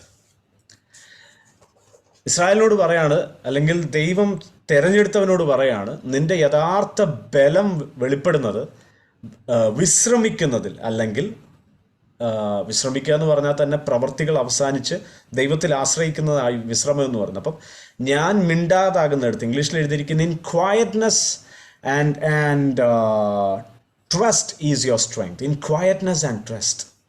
ഞാൻ മിണ്ടാതാകുന്നു, എൻ്റെ ഭാഗം ഞാൻ നീതീകരിക്കാൻ ശ്രമിക്കുന്നില്ല, എന്നെ ഞാനിങ്ങനെ തിരക്കുള്ളവനാക്കി നിർത്താൻ ശ്രമിക്കുന്നില്ല, ഞാൻ ദൈവത്തോട് കുറേ സംസാരിക്കുന്നതല്ല, പകരം ദൈവം എന്നോട് പറയുന്നത് കേൾക്കാൻ തക്കവണ്ണം ഞാൻ എന്നെ മിണ്ടാതാക്കി അവനിൽ ആശ്രയിക്കുന്നതാണ് എൻ്റെ ബലമെന്നാണ് യെശയ്യാ പ്രവാചകൻ 30-ാം അധ്യായത്തിൻ്റെ 15-ാം വാക്യത്തിൽ പറയുന്നത്. ആൻഡ് നമ്മൾ നേരത്തെ പറഞ്ഞ പോലെ silence is also necessary to free ourselves from our tendency to control. ഞാൻ നിയന്ത്രിക്കണം കാര്യങ്ങൾ. എങ്ങനെയാണ് നിയന്ത്രിക്കുന്നത് ചോദിച്ചാൽ നമ്മുടെ വാക്കുകൾ കൊണ്ടാണ് നിയന്ത്രിക്കുന്നത്. പലപ്പോഴും നമ്മുടെ വാക്കുകളാണ് ആൾക്കാരെ മാനിപ്പുലേറ്റ് ചെയ്യുന്നത്. എന്ന് പറഞ്ഞാൽ മറ്റുള്ളവരെ കൊണ്ട് പലതും ചെയ്തെടുക്കാൻ നമ്മൾ ഉപയോഗിക്കുന്ന വാക്കുകളാണ്, നമ്മളെ ന്യായീകരിക്കാൻ ഉപയോഗിക്കുന്ന വാക്കുകളാണ്, നമ്മൾ മറ്റൊരു വ്യക്തിയെ കൺവിക്റ്റ് ചെയ്യാൻ, വേറൊരുത്തനെ ഇങ്ങനെയാണ് ആ കാര്യമെന്ന് പറഞ്ഞ് ബോധ്യപ്പെടുത്താൻ നമ്മൾ ഉപയോഗിക്കുന്ന വാക്കുകളാണ്. അപ്പോൾ അതെല്ലാം ഒരു കൺട്രോളിങ് ഒരു സാധനമാണ് നമ്മുടെ വാക്കുകൾ എന്ന് പറയുന്നത്. പക്ഷേ എൻ്റെ ഭാഗം ഞാൻ പറയുന്നതുകൊണ്ടല്ല സംഭവിക്കുന്നത്, അത് ദൈവം ചെയ്യണമെന്നുള്ള ഒരാഗ്രഹത്തോടെ നമ്മൾ മിണ്ടാതാകുന്നിടത്താണ് ഈ ദൈവാശ്രയത്തിൻ്റെ ആദ്യത്തെ സ്റ്റെപ്പ് എന്ന് പറയുന്നത്. സോ ഫേമസ് വാക്യങ്ങളാണ് ഇതൊക്കെ. സങ്കീർത്തനം 46:10 പറയുന്ന be still and know that I am God. മിണ്ടാതിരുന്ന് ഞാൻ ദൈവമെന്ന് അറിഞ്ഞു കൊടുക്കുക. ഞാനിത് നിങ്ങളിത് കണക്ട് ചെയ്യാൻ പറ്റുന്നുണ്ടോ എന്ന് എനിക്കറിയത്തില്ല. കാരണം നമ്മുടെ ഐഡിയ എല്ലാം, ബഹുഭൂരിപക്ഷം നമ്മുടെ പ്രാക്ടീസസും നമ്മുടെ പരിചയങ്ങളൊക്കെ കിടക്കുന്നത് പ്രാർത്ഥനയിലായാലും വർഷിപ്പിലായാലും ഒക്കെ ഭയങ്കര ഒരു എക്സ്യൂബറൻ്റ് ആയിട്ടുള്ള എന്താ പറയുക, ലൗഡ് നോയ്സസ് ആണ് നമുക്ക് പരിചയമുള്ളത്. ബട്ട് എന്നാൽ അതേപോലെ തന്നെ അതുണ്ട്, അത് സംഭവിക്കാറുണ്ട്, അങ്ങനെയും വചനം പറയുന്നുണ്ട്. അതേ സമയം തന്നെ മറ്റൊരു ഏരിയ കൂടെ പറയുന്നുണ്ട്. അതാണ് സൈലൻസ് എന്ന് പറയുന്നത്, സോളിറ്റ്യൂഡ് എന്ന് പറയുന്നത്. Okay, so solitude and silence combined with the attention to the presence of God is the starting point. അപ്പം മിണ്ടാതിരുന്നിട്ട് ഇങ്ങനെ ചുമ്മാ ഇരുന്ന് അവസാനം ഉറങ്ങിപ്പോകുന്ന കാര്യത്തെക്കുറിച്ചല്ല പറയുന്നത്. മിണ്ടാതിരിക്കുമ്പോൾ എല്ലാ തിരക്കുകളിൽ നിന്നും, എല്ലാ ബഹളങ്ങളിൽ നിന്നും, എല്ലാ ജീവിതത്തിൻ്റെ തത്രപ്പാടുകളിൽ നിന്നും മാറിയിരുന്ന് ദൈവമുഖം നോക്കി ദൈവത്തിൻ്റെ സാന്നിധ്യത്തിലേക്കൊരു വ്യക്തിയുടെ അറ്റൻഷൻ ഫോക്കസ്ഡ് ആകുമ്പോൾ അവിടെ മുതലാണ് നമ്മുടെ ആത്മീക അച്ചടക്കങ്ങളെല്ലാം ആരംഭിക്കുന്നത് എന്നാണ് മനസ്സിലാക്കാൻ കഴിയുന്നത്. ഇനി എന്തുകൊണ്ട് സോളിറ്റ്യൂഡ് ആൻഡ് സൈലൻസ് നമ്മൾ പ്രാക്ടീസ് ചെയ്യണം എന്നുള്ള കാര്യം ഒന്ന് നോക്കാം. Why practise solitude and silence? ഒന്നാമത്തെ കാര്യം, നമ്മൾ കഴിഞ്ഞ പ്രാവശ്യം ചിന്തിച്ച പോലെ തന്നെ ഒന്നാമത്തെ വിഷയം, ബിക്കോസ് ജീസസ് മോഡൽഡ് ഇറ്റ്. യേശു കർത്താവ് അത് ചെയ്തിട്ടുണ്ട്. അത് തന്നെയാണ്, ഇനി വേറെ ഒരു കാരണമില്ലെങ്കിലും അത് മാത്രമാണ് നമ്മൾ എന്തുകൊണ്ട് ഇത് ചെയ്യണമെന്നുള്ളതിൻ്റെ പ്രധാനപ്പെട്ട കാരണം. യേശു അത് ചെയ്തു, യേശു അത് മോഡൽ ചെയ്തു എന്ന് പറയുന്നത്. ഞാനിവിടെ കുറച്ച് വാക്യങ്ങൾ കൊടുത്തിട്ടുണ്ട്, ഞാൻ ജസ്റ്റ് ഓടിച്ച് പറയാം, ഒന്നും എടുത്ത് വായിക്കാൻ ഇപ്പോൾ സമയം എടുക്കുന്നില്ല. മത്തായി 4-ാം അധ്യായത്തിൻ്റെ 1 മുതലുള്ള വാക്യങ്ങൾ വായിക്കുമ്പം യേശുവിൻ്റെ ശുശ്രൂഷ ആരംഭിക്കുന്നതിന് മുൻപ് തന്നെ യേശു 40 ദിവസം മരുഭൂമിയിൽ തനിയെ ആയിരുന്നു, ഉപവാസത്തോടെ ആയിരുന്നു. അപ്പോൾ ആ സമയങ്ങളൊക്കെ എന്താ പറയുക, നമ്മൾ പറയുന്ന പോലെ 40 ദിവസം നമ്മൾ ഉപവാസം ഇരിക്കുമ്പോൾ അല്ലെങ്കിൽ പ്രാർത്ഥിക്കാനിരിക്കുമ്പോൾ നമുക്കൊരു കൂട്ടം നമ്മുടെ കൂടെ ഉണ്ട്, പ്രാർത്ഥിക്കാൻ ആൾക്കാരുണ്ട്, പാടാൻ നമുക്ക് കൊയർ ടീമുണ്ട്, അതിനുള്ള സംവിധാനങ്ങളൊക്കെ ഉണ്ട്. പക്ഷെ മരുഭൂമിയിൽ ഒരു മനുഷ്യൻ 40 ദിവസം ഇരിക്കുമ്പം എത്ര നേരം ഈ സംസാരവും പാട്ടും ഉണ്ടാകുമെന്ന് അറിയത്തില്ല. ഞാൻ വിശ്വസിക്കുന്ന കൂടുതൽ സമയം കേൾവിയായിരിക്കും സംഭവിച്ചിട്ടുണ്ടാകും. പ്രത്യേകിച്ച് യേശുവാണ് ഇരുന്നത് എന്നുള്ളത് കൊണ്ട് തന്നെ പിതാവിൽ നിന്ന് കേൾക്കുക. കാരണം ഈ 40 ശേഷം, ഈ 40 ഇരുന്ന് കഴിഞ്ഞ് ഇറങ്ങുമ്പം യേശു ഇനി ഇറങ്ങാൻ പോകുന്നത് മിനിസ്ട്രിയിലോട്ടാണ്. ദൈവം വെച്ചിരിക്കുന്ന, ഡിസൈൻ ചെയ്തിരിക്കുന്ന മിനിസ്ട്രിയാണ് ഇനി സ്റ്റാർട്ട് ചെയ്യാൻ പോകുന്നത്. അതുകൊണ്ട് തന്നെ സംസാരത്തേക്കാൾ കൂടുതൽ കേൾവിയാണ് യേശുവിനുണ്ടായതെന്നാണ് ഞാൻ വിശ്വസിക്കുന്നത്. ലൂക്കോസ് 6-ാം അധ്യായം 12-ാം വാക്യത്തിൽ മരുഭൂമിയിൽ തനിയായിരുന്നു എന്ന് പറയുന്നത് കാണുന്നുണ്ട്. മത്തായി 14:23 യേശു തനിയെ വേറിട്ട് പോയി.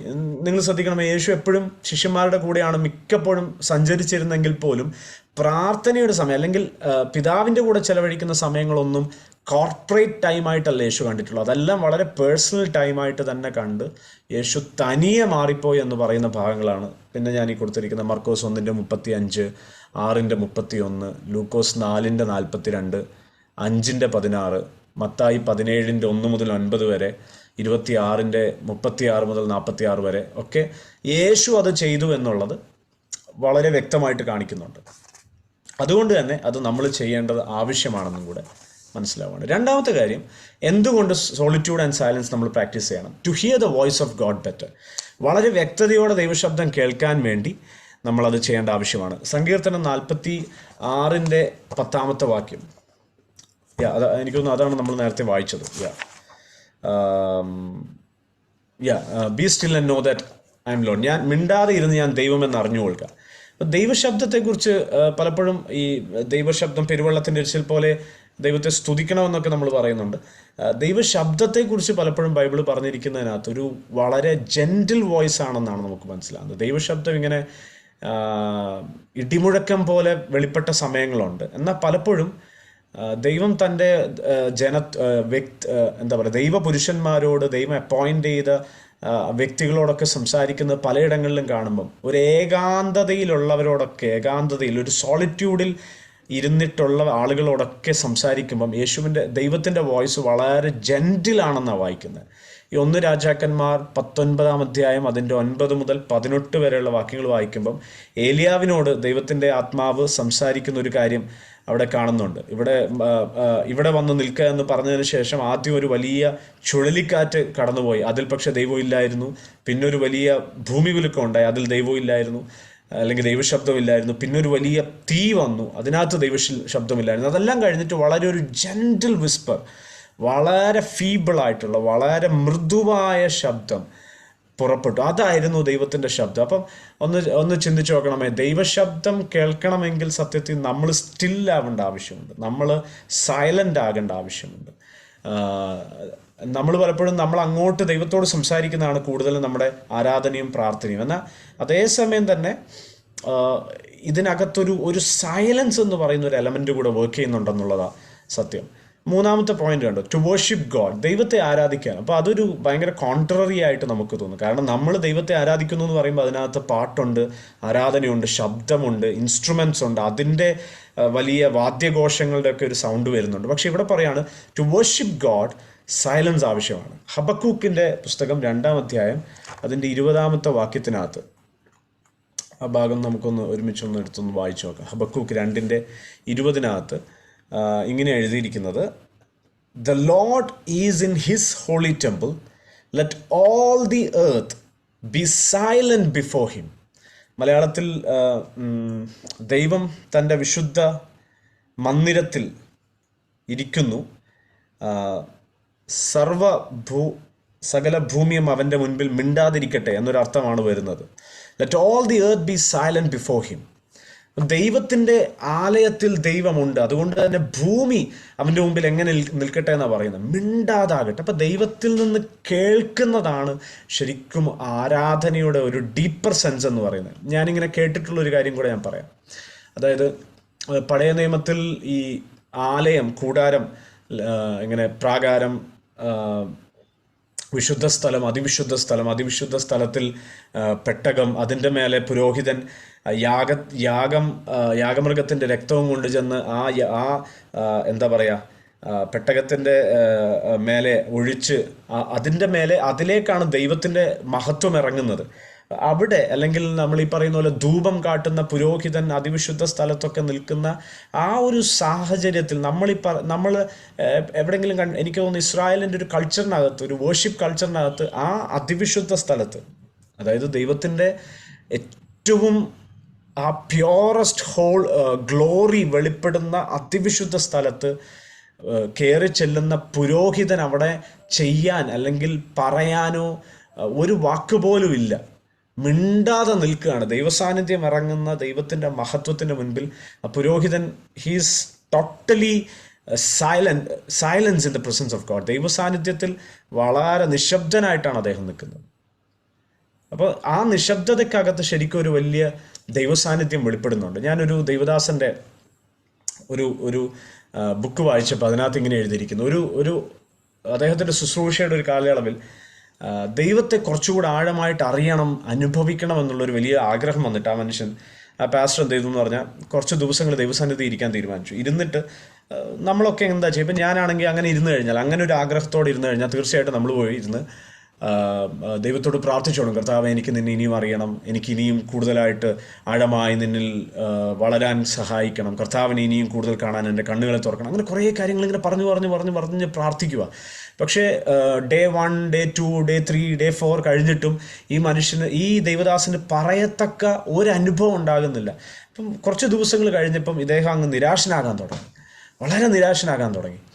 അങ്ങനെ ഒരു ദിവസം രാത്രി ഇതുപോലെ ഇരുന്ന് ഒന്നും സംഭവിക്കാതെ, ഒന്നും അനുഭവിക്കാൻ കഴിയാതെ പോയി കിടക്കുന്ന സമയത്ത് ദൈവത്തിൻ്റെ ആത്മാവ് പറഞ്ഞു,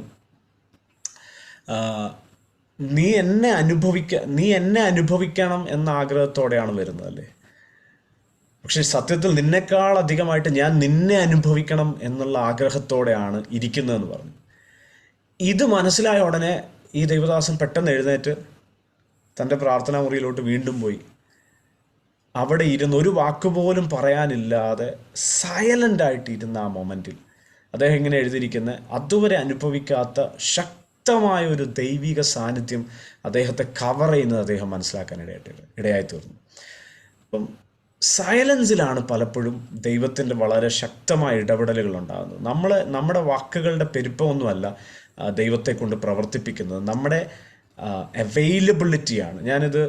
അത് വായിച്ചപ്പം അദ്ദേഹം അവിടെ ഉപയോഗിച്ചൊരു ഉദാഹരണം കൂടെയാണ് ഞാൻ മുൻപൊരിക്കൽ ചർച്ചിൽ പറഞ്ഞിട്ടുണ്ടെന്ന് എൻ്റെ ഒരു ഓർമ്മ. അതായത് ഇതൊരു ഹസ്ബൻഡ് വൈഫ് റിലേഷൻഷിപ്പ് പോലെയാണ് ദൈവവും തൻ്റെ ജനവും തമ്മിലുള്ള ബന്ധത്തെ കാണിച്ചിരിക്കുന്നത്. അപ്പോൾ ഒരു ഹസ്ബൻഡ് വൈഫ് റിലേഷൻഷിപ്പിൽ ഒരു സാറ്റിസ്ഫാക്ഷൻ ഉണ്ടാകുന്നത് മ്യൂച്വൽ സാറ്റിസ്ഫാക്ഷൻ. ആക്ച്വലി എനിക്ക് തൃപ്തി ഉണ്ടാകുന്നു എന്നുള്ളത് മാത്രമല്ല, എൻ്റെ പാർട്ട്ണറിന് തൃപ്തി ഉണ്ടാകുന്നു എന്നുള്ളത് കൂടെ വരുമ്പോഴാണല്ലോ അതിനകത്തൊരു ഫുൾനെസ് ഉണ്ടാകുന്നത്.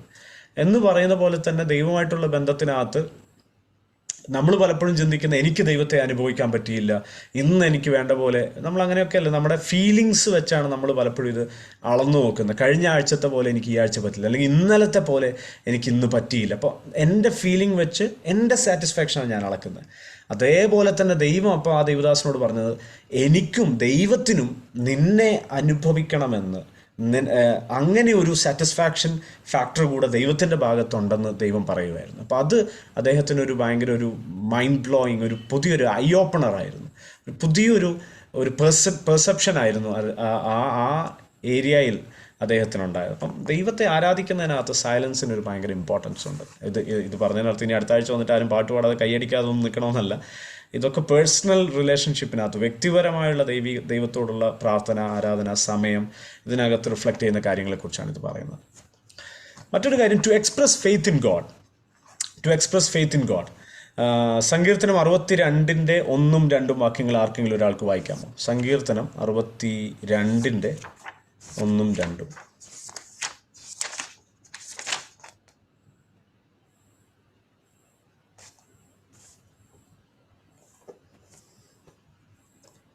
സങ്കീർത്തനം 62 1, 2 വാക്യങ്ങൾ.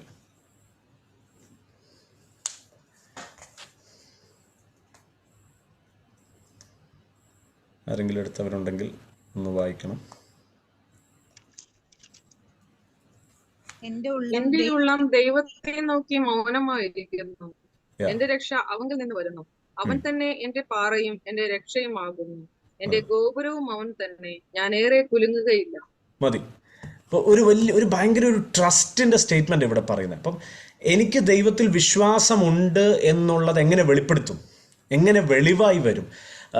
നമ്മൾ പലപ്പോഴും നമ്മൾ ഈ പ്രസംഗിക്കുമ്പോൾ പാസ്റ്റേഴ്സ് ആണെങ്കിലും നമ്മളാണെങ്കിലും ഒക്കെ പറയത്തില്ലേ, നമ്മൾ വിശ്വാസികളെന്ന് പേരുണ്ടെങ്കിലും നമുക്ക് വിശ്വാസം ഒട്ടും ഇല്ല എന്നൊക്കെ പറയത്തില്ലേ.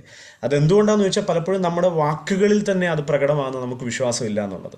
പക്ഷെ ഇവിടെ സങ്കീർത്തനക്കാരൻ പറയുന്ന ആ സ്റ്റേറ്റ്മെൻ്റ് ഉണ്ട്. 2ാമത്തെ വാക്യം പറയുന്നത് അവൻ തന്നെ എൻ്റെ പാറയും എൻ്റെ രക്ഷയുമാകുന്നു, എൻ്റെ ഗോപുരം അവൻ തന്നെ, ഞാൻ ഏറെ കുലുങ്ങുകയില്ല. അതൊരു ഭയങ്കരം ട്രസ്റ്റിൻ്റെ സ്റ്റേറ്റ്മെൻറ്റാണ്. പക്ഷേ അതെങ്ങനെയാണ് എക്സ്പ്രസ് ചെയ്യുന്നത്? ചുമ്മാ വാക്കുകൊണ്ട് എക്സ്പ്രസ് ചെയ്യുമല്ല, അത് എക്സ്പ്രസ് ചെയ്യുന്ന ഒരു പ്രധാനപ്പെട്ട പ്രൈമറി എന്താ പറയുക മീഡിയ ഓഫ് എക്സ്പ്രഷൻ എന്ന് പറയുന്നത് 1ാമത്തെ വാക്യത്തിനകത്ത് പറയാണ്, എൻ്റെ ഉള്ളം ദൈവത്തെ നോക്കി മൗനമായിരിക്കുന്നു. Price the Lord. അതാണ് എനിക്ക് ദൈവത്തിൽ ട്രസ്റ്റ് ഉണ്ട്. നമ്മൾ ജസ്റ്റ് ലോജിക്കലി ചിന്തിച്ചാൽ തന്നെ മതി. ഇപ്പം എനിക്ക് ഒരു കുഞ്ഞിന് അവൻ്റെ പിതാവിൽ ഭയങ്കര ഒരു കോൺഫിഡൻസ് ഉണ്ട് എങ്കിൽ, ഒരു വിഷയം റൈറ്റ്ഫുള്ളി എനിക്ക് കിട്ടേണ്ടുന്ന അല്ലെങ്കിൽ എനിക്ക് ചെയ്തു തരേണ്ടുന്ന ഒരു വിഷയമാണെന്ന് എനിക്കറിയാം, അതെൻ്റെ അപ്പനോട് പറഞ്ഞാൽ അത് പപ്പ ചെയ്യുമെന്ന് എനിക്ക് ഉറപ്പുണ്ടെങ്കിൽ ഞാൻ എന്താ ചെയ്യുക? ആ ആവശ്യം ഞാൻ അറിയിക്കും. പക്ഷെ പിന്നെ അത് തന്നെ പറഞ്ഞ് നമ്മളിങ്ങനെ ബുദ്ധിമുട്ടിക്കത്തില്ല. അതൊരു ട്രസ്റ്റ്. ഞാൻ പറയുന്നത് ഈ കൊച്ചു പിള്ളേരുടെ കാര്യമല്ല കേട്ടോ. വൺസ് വി എന്താ പറയുക, നമ്മളൊരു ഈക്വൽ തന്നോളം വളർന്നാൽ എന്നൊക്കെ പറയുന്നൊരു അവസ്ഥയിലെത്തിക്കഴിഞ്ഞാൽ നമ്മളൊരിക്കലും ആ ലെവലിൽ പിന്നെ ചെയ്യത്തില്ല. അതൊരു മ്യൂച്വൽ റെസ്പെക്റ്റിനകത്തൊക്കെ സംഭവിക്കുന്നത്. പിന്നെ നമ്മുടെ ആവശ്യം എന്നതാണെന്ന് പറയും, പിന്നെ അത് തന്നെ പറഞ്ഞുകൊണ്ട് നടക്കുകയും കൊച്ചു പിള്ളേരുടെ കൂട്ട് നടക്കുകയല്ല ചെയ്യുന്നത്. അത് കാണിക്കുന്നൊരു ട്രസ്റ്റാണ്. ആ ട്രസ്റ്റ് എന്താന്ന് പറഞ്ഞാൽ ഇതെൻ്റെ അപ്പനാണെന്നും അപ്പനോട് ഇത് പറഞ്ഞാൽ അപ്പൻ ഇത് ചെയ്യുമെന്നും ചെയ്തു തരുമെന്നുമുള്ള ഒരു ഉറപ്പുള്ളത് കൊണ്ടാണ് അത് പറഞ്ഞ് നമ്മൾ പിന്നെ ആ വിഷയത്തിൽ കൂടുതൽ കൺസേൺഡ് ആകാത്തത്. എന്ന് പറയുന്ന പോലെ തന്നെ ഇവിടെ സങ്കീർത്തനക്കാരൻ പറയാം, എൻ്റെ ഉള്ളം ദൈവത്തെ നോക്കി മൗനമായിരിക്കുന്നു. ദൈവത്തെ നോക്കുന്നുണ്ട്, എൻ്റെ ഓറിയൻറ്റേഷൻ, എൻ്റെ ഫോക്കസ് ദൈവത്തിൽ തന്നെയാണ്. പക്ഷെ ഞാൻ മിണ്ടാതിരിക്കുകയാണ്. മിണ്ടാതിരിക്കുക എന്ന് പറഞ്ഞാൽ അറിയിക്കുന്നതില്ലെന്നല്ല, എൻ്റെ ആവശ്യം ഞാൻ അറിയിച്ചു. എൻ്റെ രക്ഷ അവങ്കിൽ നിന്ന് വരുമെന്നുള്ളത് എനിക്ക് ഉറപ്പാണ്. അത് കഴിഞ്ഞിട്ട് പിന്നെ ഞാൻ എൻ്റെ ഉള്ളത്തോട് തന്നെ, ദാവീദ് അല്ലെങ്കിൽ സങ്കീർത്തനക്കാരൻ്റെ ഉള്ളത്തോട് തന്നെ പറയാണ്, അവൻ തന്നെ എൻ്റെ പാറ, എൻ്റെ രക്ഷ. അപ്പോൾ ആ എക്സ്പ്രഷൻ ഓഫ് ഫെയ്ത്ത് സംഭവിക്കുന്നത് ഇറ്റ്സ് ഇൻ യുവർ സൈലൻസ്. ആ സൈലൻസിനകത്താണ് ശരിക്കും എനിക്ക് ദൈവത്തിലുള്ള ആശ്രയം വെളിപ്പെട്ട് വരുന്നത്. And another point, to get guidance and direction from the Lord. നമ്മൾ പലപ്പോഴും ദൈവത്തിൻ്റെ ഹിതം അറിയണം, ദൈവത്തിൽ നിന്ന് ഈ വഴി ഏതാണെന്ന് അറിയണമെന്നൊക്കെ ആലോചന ചോദിക്കുന്ന സമയങ്ങളുണ്ടല്ലോ. അപ്പോഴൊക്കെ നമുക്കറിയാം ഇതൊന്നും ഇൻസ്റ്റൻ്റ് ആയിട്ട് ക്വിക്ക് ഫിക്സ് ആയിട്ടൊന്നും കിട്ടുന്ന കാര്യങ്ങളല്ല. പെട്ടെന്ന് ഇപ്പം ചെല്ലുന്നു, ഇപ്പം എന്താ ഒരു ബന്ധമില്ലാതെ ഇരിക്കുന്ന സമയത്ത് നമ്മൾ പെട്ടെന്ന് ചെന്നിട്ട് കർത്താവ് എന്താ ചെയ്യേണ്ടതെന്ന് ചോദിച്ചാൽ കർത്താവ് മോനെ ഇങ്ങനെ ചെയ്തോ എന്നൊന്നും പറഞ്ഞു തരത്തൊന്നുമില്ല. അതിന് ആക്ച്വലി ഒരു റിലേഷൻഷിപ്പാണ് ബിൽഡ് ആവേണ്ടത്. ആ റിലേഷൻഷിപ്പിനകത്ത് ഇവിടെ കൊടുത്തിരിക്കുന്ന റെഫറൻസ് 1 രാജാക്കന്മാർ 19 15 16 തന്നെയാണ്. അത് നമ്മൾ ആദ്യം പറഞ്ഞൊരു പോയിന്റിനകത്ത് അത് വായിച്ചു. To hear the voice of God better എന്ന് പറയുന്ന പോയിന്റിനകത്ത്, അതായത് ഏലിയാവിനോട് പറയാണ്, മൃദുവായ സ്വരത്തിൽ ദൈവത്തിൻ്റെ ആത്മാവ് ഒരു ചെറിയ കാറ്റടിച്ചു, അതിനകത്ത് ഒരു മൃദു സ്വരത്തിൽ ഏലിയാവിനോട് സംസാരിക്കുകയാണ്, നിനക്കിവിടെ എന്താ കാര്യം എന്നൊക്കെ ചോദിച്ചു കഴിഞ്ഞിട്ട് അടുത്ത ഒരു ഡിറക്ഷൻ കൊടുക്കും, ഒരു ഗൈഡൻസ് കൊടുക്കുകയാണ്. നീ നേരെ മരുഭൂമിയിലേക്ക് പോകണം, നീ ഇന്നയാൾ അഭിഷേകം ചെയ്യണം, ഇന്നയാളെ രാജാവായിട്ട് അഭിഷേകം ചെയ്യണം, അത് കഴിഞ്ഞിട്ട് എലീശയെ നിനക്ക് പകരം പ്രവാചകനായിട്ട് അഭിഷേകം ചെയ്യണം. സോ ഒരു ഗൈഡൻസ് വരുന്നത്, ഒരു ഡയറക്ഷൻ വരുന്നത് ഏലിയാവിൻ്റെ സോളിറ്റ്യൂഡിനകത്ത്, ഏലിയാവിൻ്റെ സൈലൻസിനകത്ത്. അത് നമ്മൾ ആരംഭത്തിൽ പറഞ്ഞ പോലെ, ആ പോയിന്റ് പറഞ്ഞപ്പോൾ അവിടെ പറഞ്ഞ പോലെ, ഒരു കാറ്റടിച്ചു, ഭൂമിയിലൊക്കെ ഉണ്ടായി, അഗ്നി വന്നു. അപ്പോൾ ഇതിലെല്ലാം ഏലിയാവ് സൈലൻ്റായിട്ട് റെക്കഗ്നൈസ് ചെയ്യാൻ ശ്രമിക്കുകയാണ്, ഇതിനകത്ത് ദൈവശബ്ദമുണ്ടോ എന്ന് റെക്കഗ്നൈസ് ചെയ്യാൻ ശ്രമിക്കുക. ഫൈനലി ദൈവശബ്ദം വെളിപ്പെട്ടപ്പോൾ ആ മനുഷ്യന് തിരിച്ചറിയാൻ പറ്റിയത് ഹി വാസ് സൈലൻറ്റ്. ദൈവസന്നിധിയിൽ ഭയങ്കര അറ്റൻറ്റീവ് ആയിരുന്നു. അങ്ങനെ ഇരുന്നുകൊണ്ട് തന്നെ ഗൈഡൻസ് ലഭിക്കാനായിട്ട് ഇടയായിരുന്നു. ആൻഡ് ദ ഫൈനൽ പോയിന്റ്, ഈ പോയിൻ്റാണ് കുറച്ചുകൂടെ ഒന്ന് സ്ട്രെസ് ചെയ്യാനായിട്ട് ഞാൻ താല്പര്യപ്പെടുന്നത്. To learn control of the tongue. നമ്മുടെ നാവിനെ അടക്കുക എന്ന് പറയുന്ന പ്രധാനപ്പെട്ട ഒരു കാര്യമാണ് സൈലൻസ് പ്രാക്ടീസ് ചെയ്യുമ്പോൾ സംഭവിക്കുന്നത്. നമുക്കെല്ലാം പലപ്പോഴും സംഭവിച്ചു പോകുന്ന കാര്യമാണ് ഇപ്പം ഞാൻ എൻ്റെ അനുഭവം പറയാം. ഈ കൗണ്ടർ പറയാന്നൊക്കെ പറയത്തില്ല, എന്തെങ്കിലും ഒരു കാര്യം പറഞ്ഞാൽ തമാശയായിരിക്കും, കൗണ്ടർ പറയുക, ഉരുളക്കുപ്പേരി പറയാന്നൊക്കെ പറയുന്ന സാധനം, അത്രയും ഷാർപ്പായിട്ടൊന്നും പറയുന്ന ആളൊന്നുമല്ല ഞാൻ, എങ്കിൽ പോലും പറയുന്നൊരു നേച്ചർ ഉണ്ടായിരുന്നു. പക്ഷേ ഈ കഴിഞ്ഞ കുറച്ച് മാസങ്ങളായിട്ട് ദൈവത്തിൻ്റെ ആത്മാവിങ്ങനെ വോൺ ചെയ്യുന്ന, അല്ലെങ്കിൽ എന്താ പറയുക, റിമൈൻഡ് ചെയ്യിക്കുന്ന ഒരു കാര്യമാണ്. നമ്മളെല്ലാം ദൈവം വിളിച്ചിരിക്കുന്നത് ദൈവത്തിൻ്റെ വേലയ്ക്ക് വേണ്ടിയാണ്. ദൈവത്തിന് നമ്മളെ ഓരോരുത്തരെ കൊണ്ടും ശുശ്രൂഷ ചെയ്യാനുണ്ട്, ശുശ്രൂഷ ചെയ്യിക്കാനുണ്ട്. ആ ശുശ്രൂഷ ചെയ്യിക്കുന്നതിനകത്തൊക്കെ ദൈവം നമ്മളിൽ ഉപയോഗിക്കുന്ന നമ്മുടെ ഫാക്കൽറ്റീസിൽ, നമ്മുടെ എന്താ പറയുക, എബിലിറ്റി അല്ലെങ്കിൽ നമ്മുടെ അവയവങ്ങളിലൊക്കെ ഏറ്റവും ശക്തമായി ദൈവം ഉപയോഗിക്കുന്നത് നമ്മുടെ നാവിനെയാണ്, നമ്മുടെ വാക്കിനെയാണ്. എന്നാൽ അവിടമാണ് പലപ്പോഴും ഈ മലിനമാകുന്നതും. ഈ യാക്കോബിൻ്റെ ലേഖനം 3-ാം അധ്യായം അതിൻ്റെ 3 മുതൽ 8 വരെയുള്ള വാക്ക് പറയുമ്പം അവിടെ പല ഉദാഹരണങ്ങൾ, ഒരു ചെറിയ തീ വലിയ കാട് കത്തിക്കുന്നു, ഒരു വലിയ കപ്പലിനെ തിരിക്കാൻ ഒരു ചെറിയ റഡാർ മതി, അല്ലെങ്കിൽ അതിൻ്റെ സ്റ്റിയറിംഗ് വീൽ ചെറുതാണ് എന്ന് പറയുന്ന പോലെ തന്നെ നാം ഒരു ചെറിയ അവയവമാണെങ്കിലും അത് ഭയങ്കര വലിയ തിന്മയാണ്, ശരീരത്തിൽ തിന്മയുടെ ഒരു വലിയ എന്താ പറയുക, ഒരു നിറകുടമാണെന്നൊക്കെയുള്ള രീതിയിൽ യാക്കോബ് അപ്പോസ്തലൻ നാവിനെ കുറിച്ച് പറയുന്നുണ്ട്. നമ്മൾ ആരംഭത്തിൽ പറഞ്ഞതുപോലെ നമ്മുടെ സിറ്റുവേഷൻസിനെ കൺട്രോൾ ചെയ്യുന്ന, ഞാൻ എന്നെ ജസ്റ്റിഫൈ ചെയ്യാൻ ഉപയോഗിക്കുന്ന, ഞാൻ മറ്റുള്ളവരുടെ മേലെ കൺട്രോൾ വെക്കാൻ ഉപയോഗിക്കുന്ന ഒരു പ്രധാനപ്പെട്ട കാര്യമാണ് എൻ്റെ വാക്കുകൾ എന്ന് പറയുന്നത്. ആ വാക്കിനെ അടക്കുക എന്ന് പറഞ്ഞാൽ എൻ്റെ കൺട്രോൾ എൻ്റെ കയ്യിൽ നിന്ന് ലൂസാകുക എന്നർത്ഥം. ഞാൻ വിചാരിക്കുന്ന വഴി പോകാതെ ദൈവത്തിൻ്റെ വഴി എന്താണെന്ന് അതിനുവേണ്ടി വിട്ടുകൊടുക്കാൻ തയ്യാറാകുന്നതാണ് ഞാൻ സൈലൻ്റ് ആകുക എന്ന് പറയുന്നത്. അപ്പം അവിടെ സത്യത്തിൽ സംഭവിക്കുന്നത്, യാക്കോബ് അപ്പോസ്തലൻ പറയാണ്, നാവ് മെരിക്കാൻ കഴിയാത്ത അവയവമാണ്, അത് വലിയ പാടാണ്. അതിനെ മെരിക്കാൻ തക്കവണ്ണം ദൈവത്തിൻ്റെ കയ്യിൽ ഏൽപ്പിക്കുന്ന ഒരു പ്രോസസ്സ് കൂടെയാണ് ഞാൻ സൈലൻ്റ് ആകുക എന്ന് പറയുന്നത്. അത് ദൈവസന്നിധിയിലാണ് സംഭവിക്കുന്നതും. ദൈവസന്നിധി വരുമ്പം എൻ്റെ വാക്കുകളുടെ പെരുപ്പത്തേക്കാൾ കൂടുതലായിട്ട് ഞാൻ ദൈവത്തിൽ നിന്ന് കേൾക്കാനാണ് കൂടുതൽ താല്പര്യപ്പെടുന്നതെങ്കിൽ, എൻ്റെ വാക്കുകൾ കൊണ്ടുണ്ടാകുന്ന ഈ എന്താ പറയുക, അനർത്ഥങ്ങൾ ഒഴിവാകാനായിട്ട് ഒരു വാക്ക് അതിനോട് ചേർത്തൊന്ന് വായിക്കേണ്ട ഒരു ആവശ്യമുണ്ട്. I think it is in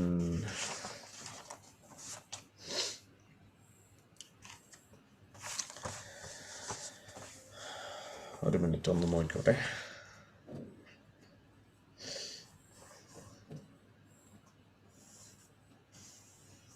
Lord is good. എക്ലേസിയാസ്റ്റസ്, സഭാപ്രസംഗിയുടെ പുസ്തകം 5-ാം അധ്യായം അതിൻ്റെ 1-2 വാക്യങ്ങൾ ഒന്ന് വായിക്കാം. സഭാപ്രസംഗി 5-ാം അധ്യായം അതിൻ്റെ 1-2 വാക്യങ്ങൾ. ദൈവാലയത്തിലേക്ക് പോകുമ്പോൾ കാൽ സൂക്ഷിക്കുക, മൂഢന്മാർ യാഗമർപ്പിക്കുന്നതിനേക്കാൾ അടുത്ത് ചെന്ന് കേൾക്കുന്നത് നല്ലത്. ഇംഗ്ലീഷിൽ എഴുതിയിരിക്കുന്നത് ഇങ്ങനെയാണ്: guard your steps when you go to the house of God, go near to listen rather than to offer the sacrifice of fools who do not know that they do wrong. അതിവേഗത്തിലൊന്നും പറയരുത്, ദൈവസന്നിധിയിൽ ഒരു വാക്കുച്ചരിപ്പാൻ നിന്റെ ഹൃദയം ബദ്ധപ്പെടരുത്. ദൈവം സ്വർഗത്തിലും നീ ഭൂമിയിലുമല്ലോ, ആകയാൽ നിന്റെ വാക്ക് ചുരുക്കമായിരിക്കട്ടെ. ഈ യേശുവിൻ്റെ സംസാരം കേൾക്കുമ്പം പലപ്പോഴും നമ്മൾ പറയാറില്ലേ, ഈ ബൈബിളിൽ നമ്മൾ വായിക്കുന്ന യേശുവിൻ്റെ ലാവണ്യ വാക്കുകളാണെന്ന് ആൾക്കാർ പറഞ്ഞെന്നൊക്കെ. നമ്മൾ ഈ അപ്പോസ്തലൻ ലേഖനങ്ങളിലൊക്കെ എഴുതിയിരിക്കുമ്പം പറയുന്നത് പോലെ നിങ്ങൾ പൊട്ടച്ചൊല്ല്, കളിവാക്ക് എന്നിവയൊന്നും പറയരുത് എന്നൊക്കെ പറയുന്ന നിർദ്ദേശങ്ങൾ തരുമ്പം തീർച്ചയായിട്ടും യേശുവിൽ ഇതൊന്നും ഉണ്ടായിരുന്നില്ല എന്നുള്ളത് ഉറപ്പാണ്. യേശു പൊട്ടച്ചൊല്ലോ കളിവാക്കോ ഒന്നും പറയുന്ന ആളായിരുന്നില്ല. എന്നാൽ യേശുവിൻ്റെ വാക്കിനെ കേൾക്കുന്നവർ പറഞ്ഞിട്ടുണ്ട്, ഇത് ലാവണ്യവാക്ക്, ഇത് ഭയങ്കര പ്രഷ്യസ് ഇവൻ പറയുന്ന വാക്കുകൾക്ക് അധികാരമുണ്ട് എന്നൊക്കെ പറയുന്നത് നിങ്ങൾ ശ്രദ്ധിച്ചിട്ടില്ലേ? ഞാൻ ഈയിടെ ഒരു ദൈവദാസൻ്റെ ഒരു എന്താ പറയുക, ഒരു സ്പീച്ച് ഇങ്ങനെ കേട്ടപ്പം സത്യം പറഞ്ഞാൽ എനിക്ക് തന്നെ തോന്നിപ്പോയി. കാരണം ഒരു തട്ടും തടവും ഇല്ലാതെ വളരെ ക്ലാരിറ്റിയോടെ ഉപയോഗിക്കുന്ന വാക്കുകളൊക്കെ വളരെ അളന്നു തൂക്കിയെടുത്ത വാക്കുകൾ. ആ മനുഷ്യൻ്റെ ശുശ്രൂഷ കാണുമ്പോഴേ നമുക്കറിയാം അതൊരു ഭയങ്കര ഒരു ഗ്രേസ് ഫിൽഡ് ആയിട്ടുള്ള ഒരു മിനിസ്ട്രിയാണ്, ഭയങ്കര സ്പിരിറ്റ് ഫിൽഡ് ആയിട്ടുള്ള ഒരു മിനിസ്ട്രി. അപ്പം തന്നെ അദ്ദേഹത്തിൻ്റെ വാക്കുകൾ ശ്രദ്ധിച്ചപ്പോഴും അതിനകത്തൊക്കെ വെറുതെ ഒരു വാക്ക് വരുന്നില്ല, ഭയങ്കര ഷാർപ്പാണ്, ഭയങ്കര ഡീപ്പായിട്ടുള്ള വാക്കുകൾ ഉപയോഗിക്കുന്നത്. പറയുന്നതൊക്കെ ഇങ്ങനെ ഇലാബറേറ്റ് ചെയ്തൊന്നും പറയുന്നില്ല, പക്ഷെ പറയുന്ന കാര്യം ഭയങ്കര വെയിറ്റേജുള്ള വാക്കുകളാണ്. Price the Lord. വളരെ ആത്മനിറവുള്ള ദൈവദാസന്മാരെയൊക്കെ ശ്രദ്ധിച്ചു കഴിഞ്ഞാൽ നമ്മൾ പറയത്തില്ല, അവർ ഒത്തിരി സംസാരിക്കത്തില്ല, വളരെ ശ്രദ്ധിച്ചേ അവർ സംസാരിക്കത്തുള്ളൂ. പക്ഷെ ആ പറയുന്ന വാക്കുകൾ ചുരുക്കമല്ല, പറയുന്ന വാക്കിന് ഭയങ്കര ഘനമുള്ള വാക്കുകളായിരിക്കും. അതെങ്ങനെ സംഭവിക്കുന്നത്? ഞാനൊക്കെ ഒരു സമയത്ത് ചിന്തിച്ചിട്ടുണ്ട്, എന്തിനാ ഇങ്ങനെ മിണ്ടാതൊക്കെ നടക്കുന്നത്, ഇങ്ങനെ വാതോടന്ന് വല്ലതും പറഞ്ഞ് കയ്യിൽ നിന്ന് പോകുമെന്ന് പേടിച്ചിട്ടാണോ എന്നൊക്കെ ചിന്തിച്ചിട്ടുണ്ട്. പക്ഷെ സത്യത്തിൽ ദൈവസന്നിധിയിൽ മിണ്ടാതാകുകയാണ് ദൈവം ഒരുവൻ്റെ നാവിനെ ഉപയോഗിക്കാൻ തുടങ്ങുമ്പം. അത് പ്രവചന ശുശ്രൂഷയ്ക്ക് വേണ്ടി മാത്രമെന്നുള്ളതല്ല, ശുശ്രൂഷയ്ക്ക് ഒരു വ്യക്തിയെ വിളിച്ചിട്ടുണ്ടെങ്കിൽ അവൻ്റെ നാവാണ് ദൈവം ഉപയോഗിക്കുന്ന ഏറ്റവും വലിയ ആയുധം. ആ നാവിനെ ദൈവം ടൈം ചെയ്യുന്നതാണ്. ഈ യാക്കോബിൻ്റെ ലേഖനം 1:19 പറയുന്നത് ഇതേപോലെ തന്നെയാണ്. നിങ്ങൾ കേൾക്കാൻ വേഗതയുള്ളവരും പറയാൻ താമസമുള്ളവരും കോപത്തിന് താമസമുള്ളവരുമായിരിക്കുക എന്നൊരു കാര്യം അവിടെ എഴുതിയിട്ടുണ്ട്. നിങ്ങൾ കേൾക്കാൻ വേഗതയുള്ളവരായിരിക്കണം, പക്ഷെ പറയാൻ താമസമുള്ളവരായിരിക്കണം. നമുക്കെപ്പോഴും പ്രശ്നം വരുന്നതാണ്, നമ്മൾ രണ്ടാമതൊരു ചിന്തയില്ലാതെ പെട്ടെന്ന് എടുത്ത് പറഞ്ഞാണ് ഈ അബദ്ധങ്ങൾ ഉണ്ടാകുന്നത്. പണ്ട് ആരോ പറഞ്ഞ പോലെ നമുക്ക് 2 ചെവി 1 വായ ഉള്ളത്. എന്തിനാ 2 ചെവി എന്ന് ചോദിച്ചാൽ, ഒരു കാര്യം 2 പ്രാവശ്യം കേൾക്കണം എന്നിട്ട് മാത്രമേ ഉള്ളതുകൊണ്ടാണ് 2 ചെവി തന്നതെന്നിങ്ങനെ ആരോ പറഞ്ഞ് ഞാൻ കേട്ടിട്ടുണ്ട്. പക്ഷേ നമുക്ക് അങ്ങനെയൊന്നും സംഭവിക്കാറില്ല. നമ്മൾ കേട്ടാൽ പൊടുന്നനവേ നമ്മൾ പെട്ടെന്ന് തന്നെ അതിന് റിയാക്ട് ചെയ്യുന്നു, പറഞ്ഞു പോകുന്നു. പറഞ്ഞു കഴിഞ്ഞാൽ പിന്നെ അയ്യോ അത് കയ്യിൽ നിന്ന് പോയല്ലോ എന്ന് നമ്മൾ ചിന്തിക്കുന്നത് പോലും. പക്ഷേ അവിടെ എഴുതിയിരിക്കുന്നത് നിങ്ങൾ പറയാൻ താമസമുള്ളവരായിരിക്കണം. അങ്ങനെ സംഭവിച്ചാൽ അടുത്തത് കോപത്തിന് താമസമുള്ളവരായിരിക്കണം. അതിൻ്റെ താഴോട്ട് വായിക്കുമ്പോൾ ഒരു വാക്ക് എഴുതിയിട്ടുണ്ട്, മനുഷ്യരുടെ കോപം ദൈവത്തിൻ്റെ നീതിയെ നിവർത്തിക്കുന്നില്ല.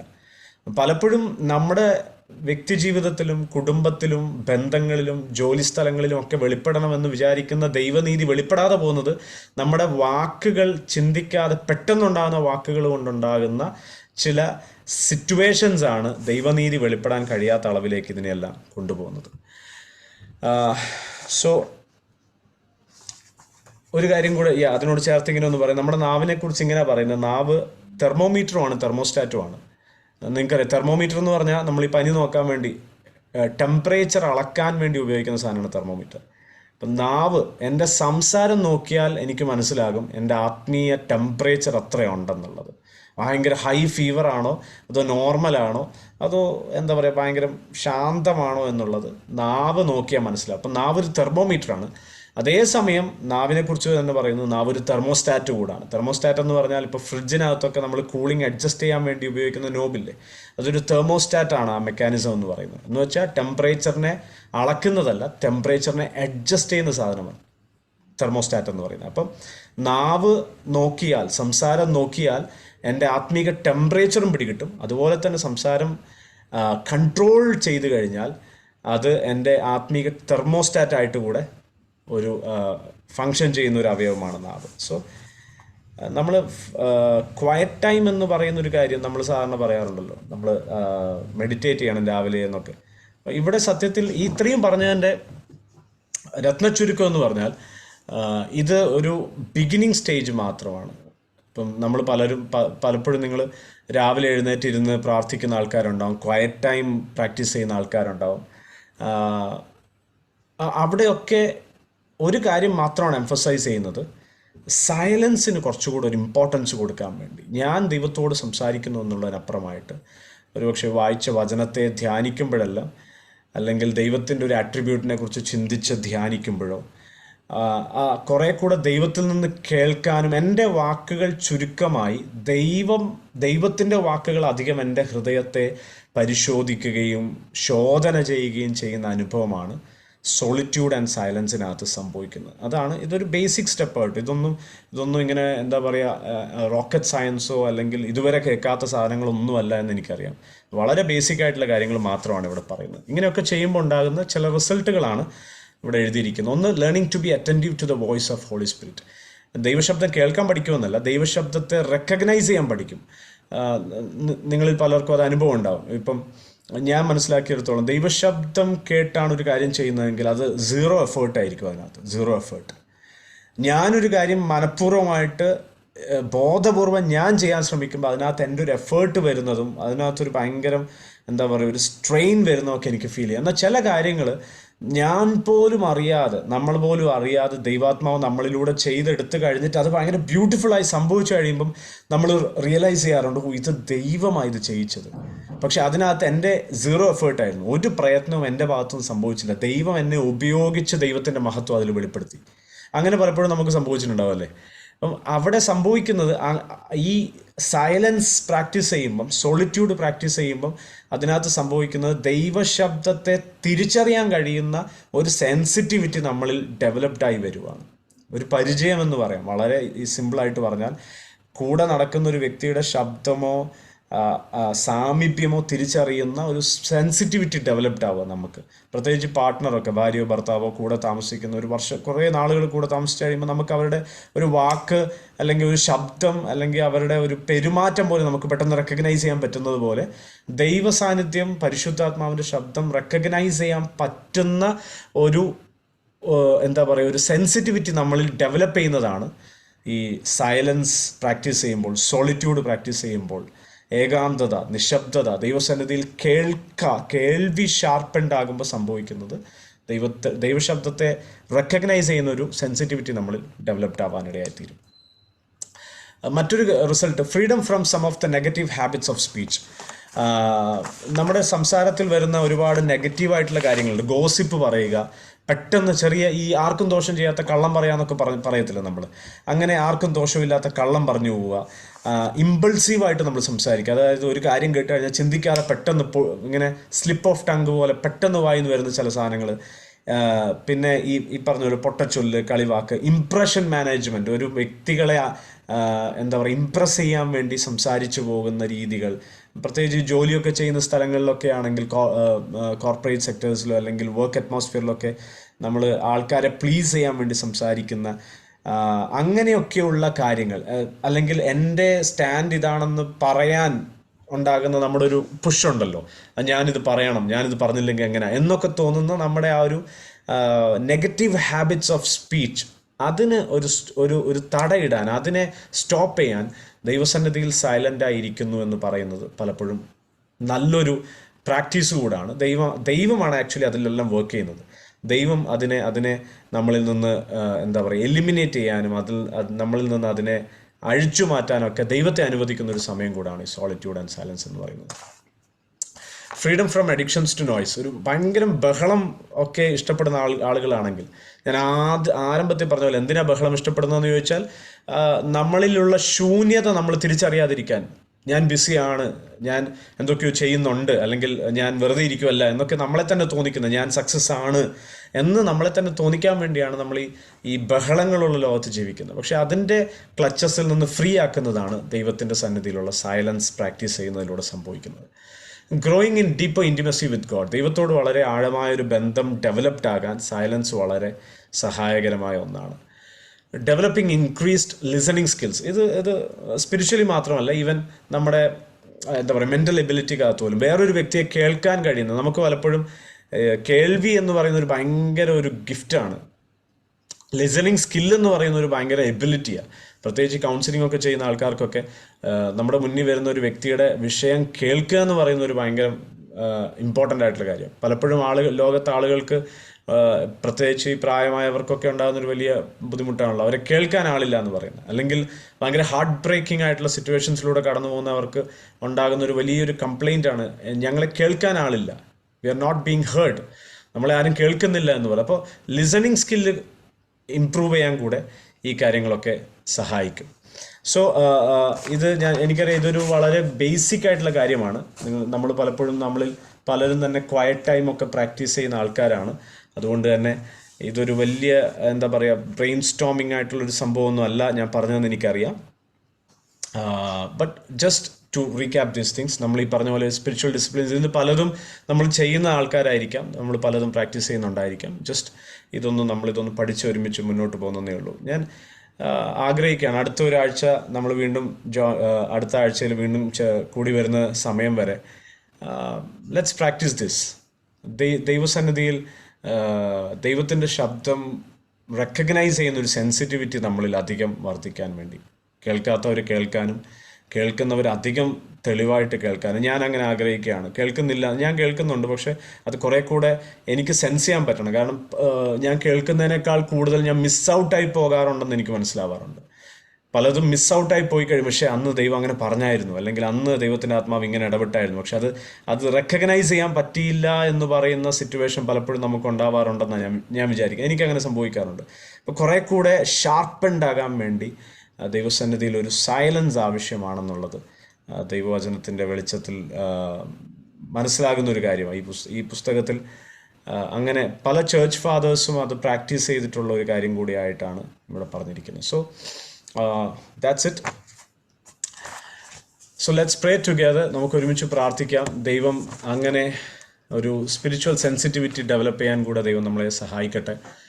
ദൈവശബ്ദം കേൾക്കാനും ദൈവത്തിൻ്റെ സന്നിധിയിൽ നമ്മൾ പറയുന്നതിനേക്കാൾ കൂടുതലായിട്ട് ദൈവം നമ്മളോട് സംസാരിക്കുന്നത് കേട്ട് മുന്നോട്ട് പോകാനും കൂടെ ദൈവം നമ്മളെ സഹായിക്കട്ടെ. പലപ്പോഴും ഇതിൻ്റെ എല്ലാം ബേസ് എന്ന് പറയുന്ന, ഇപ്പം എനിക്കൊരു സ്ലിപ്പ് ഓഫ് ടങ് ഉണ്ടെങ്കിൽ, ഫോർ എക്സാമ്പിൾ ഞാൻ ചിന്തിക്കാതെ എടുത്ത് പറഞ്ഞു പോകുന്ന ഒരാളാണെങ്കിൽ, അല്ലെങ്കിൽ എന്നെ ജസ്റ്റിഫൈ ചെയ്യാൻ വേണ്ടി, എൻ്റെ ഭാഗം ന്യായമാണെന്ന് തെളിയിക്കാൻ വേണ്ടി ഞാൻ എപ്പോഴും ശബ്ദമുയർത്തുന്ന ആളാണെങ്കിൽ, ഇത് കേട്ടിട്ട് പെട്ടെന്ന് ഇനി നാളെ പോയിട്ട് ഞാൻ ഇനി തൊട്ട് മിണ്ടുന്നില്ല എന്നൊന്ന് തീരുമാനം എടുത്താൽ അത് നടക്കത്തില്ല. അത് നടക്കാൻ പോകുന്ന കാര്യമല്ല. കാരണം നമ്മൾ നാളുകളായിട്ട് പ്രാക്ടീസ് ചെയ്ത് വന്ന ഇതാ. എപ്പോഴും മനസ്സിലാക്കേണ്ട ഒരു കാര്യം, ഞാൻ മനസ്സിലാക്കിയിട്ടുള്ളൊരു കാര്യം ഇതാണ്, നമ്മളെപ്പോഴും ട്രൈ ചെയ്യുന്നത് നമ്മുടെ പുറമേ ഉള്ള സ്വഭാവങ്ങളെ കൺട്രോൾ ചെയ്തിട്ട് നമ്മുടെ അകമേ റിഫ്ലക്റ്റ് ചെയ്യാനാണ് നമ്മൾ ശ്രമിക്കുന്നത്. അതായത് ഇപ്പോൾ ഈ പറഞ്ഞ പോലെ എൻ്റെ വാക്കിനെ ഞാൻ കൺട്രോൾ ചെയ്യും, അല്ലെങ്കിൽ എൻ്റെ വിശ്വാസം പോരെങ്കിൽ വിശ്വാസം ഇനി ഉണ്ടാകാൻ വേണ്ടി ഞാൻ ഇങ്ങനെ ചെയ്യും. പുറമേയുള്ള കാര്യങ്ങളാണ്. സ്നേഹം, എൻ്റെ സ്നേഹം എന്താ പറയുക, അത്ര ഓപ്പൺ അല്ല, വൈഡ് അല്ല, ഡീപ്പല്ല, അതുകൊണ്ട് ഞാൻ ഇന്നയാളെ സ്നേഹിക്കും. അപ്പം നമ്മൾ പുറമേ ഉള്ള കുറേ കാര്യങ്ങളിൽ മാറ്റം വരുത്തിയിട്ട് അകമേയുള്ള ഒരു ശുദ്ധീകരണത്തിന് വേണ്ടിയാണ് നമ്മൾ പലപ്പോഴും പ്രയത്നിക്കുന്നത്. പക്ഷെ ദൈവത്തിൻ്റെ പ്രവൃത്തി നേരെ തിരിച്ചാണ്. ദൈവം എപ്പോഴും അകമേ നമ്മളിൽ മാറ്റം വരുത്തിയിട്ട് അതിൻ്റെ വ്യത്യാസം പുറമേ റിഫ്ലക്റ്റ് ചെയ്യിക്കാനാണ് ദൈവം എപ്പോഴും പ്രവർത്തിക്കുന്നത്. അതായത് മറ്റൊരർത്ഥത്തിൽ പറഞ്ഞാൽ എൻ്റെ ഉത്തരവാദിത്വം എന്ന് പറയുന്നത് ടു അബൈഡ് ഇൻ ഹിം, റിലേഷൻഷിപ്പിൽ വർക്ക് ചെയ്യുക എന്നുള്ളതാണ് എൻ്റെ ഉത്തരവാദിത്വം. ഫ്രൂട്ടിൽ വർക്ക് ചെയ്യുക എന്നുള്ളത് ദൈവത്തിൻ്റെ ഉത്തരവാദിത്വമാണ്. അതായത് ബന്ധം ശരിയാണ് എന്ന് ഉറപ്പുവരുത്തുക എന്നുള്ളത് മാത്രമാണ് എൻ്റെ ഉത്തരവാദിത്വം. ഞാൻ പരിശുദ്ധാത്മാവിനോടുള്ള ബന്ധത്തിൽ ഞാൻ നിൽക്കുന്നു എന്നുള്ളത് ഉറപ്പുവരുത്തുകയാണ് എൻ്റെ ഉത്തരവാദിത്വം. ഫലം കായ്ക്കുക എന്ന് പറയുന്നത് എൻ്റെ ഉത്തരവാദിത്വമല്ല. ഫലം കായ്ക്കുക എന്ന് പറയുന്നത് ദൈവമാണ് എന്നിൽ പ്രവർത്തിച്ച് സംഭവിക്കുന്നത്. സോ ഈ ദിവസങ്ങളിൽ ഇങ്ങനെ സ്പിരിച്വൽ ഡിസിപ്ലിൻസിലൂടെ ദൈവം നമ്മൾ സഹായിക്കണം. ഞാൻ പറഞ്ഞതിൻ്റെ എഫക്റ്റീവ്നെസ് എത്രത്തോളമാണെന്ന് എനിക്കറിയത്തില്ല, ബട്ട് സ്റ്റിൽ ഞാൻ പ്രാർത്ഥിക്കുകയാണ് പരിശുദ്ധാത്മാവ് നിങ്ങൾക്ക് അതിൽ കുറേ കൂടെ ക്ലാരിറ്റി തരട്ടെ. ഞാൻ പറഞ്ഞതിനേക്കാൾ നന്നായിട്ട് നിങ്ങൾക്ക് പല കാര്യങ്ങളും ദൈവത്തിൻ്റെ ആത്മാവ് പറഞ്ഞു തരാനും മനസ്സിലാക്കി തരാനൊക്കെ സഹായിക്കട്ടെ എന്ന് ഞാൻ ആഗ്രഹിക്കുകയും പ്രാർത്ഥിക്കുകയും ചെയ്യാണ്. സോ പ്രാർത്ഥിച്ച് നമുക്ക് ഇന്നത്തെ സെഷൻ ക്ലോസ് ചെയ്യാം. വീണ്ടും അടുത്ത ചൊവ്വാഴ്ച 8 മണിക്ക് അടുത്ത ഒരു സ്പിരിച്വൽ ഡിസിപ്ലിൻ കൂടെ നമുക്ക് ചിന്തിക്കാൻ ദൈവം അവസരം ഒരുക്കട്ടെ. ഈ ഒരു 1 വീക്ക് ടൈം ഈ കാര്യങ്ങളൊന്ന് കൂടുതൽ നിങ്ങളതിനെ ചിന്തിക്കാനും പ്രോസസ്സ് ചെയ്യാനും ദൈവം നിങ്ങൾക്ക് കുറേ കൂടെ ഡീപ്പറായിട്ടുള്ള ഇൻസൈറ്റ്സ് ഒക്കെ തരട്ടെ എന്ന് ഞാൻ ആത്മാർത്ഥമായിട്ട് ആഗ്രഹിക്കുകയും പ്രാർത്ഥിക്കുകയും ചെയ്യും. നമുക്കൊരുമിച്ച് പ്രാർത്ഥിക്കാം. പരിശുദ്ധ പിതാവേ, ഞങ്ങൾ നന്ദിയോടെ സ്തോത്രം ചെയ്യുന്ന കർത്താവ്, ഞങ്ങൾ ഒരുമിച്ച് പ്രാർത്ഥിക്കുന്നു. ഞങ്ങൾക്ക് ക്രിസ്തുവിനെ കുറേ കൂടെ ആഴമായി അനുഭവിച്ചറിയാനും ക്രിസ്തുവിൽ വളരാനും ഞങ്ങൾക്ക് ആഗ്രഹമുണ്ട് കർത്താവേ.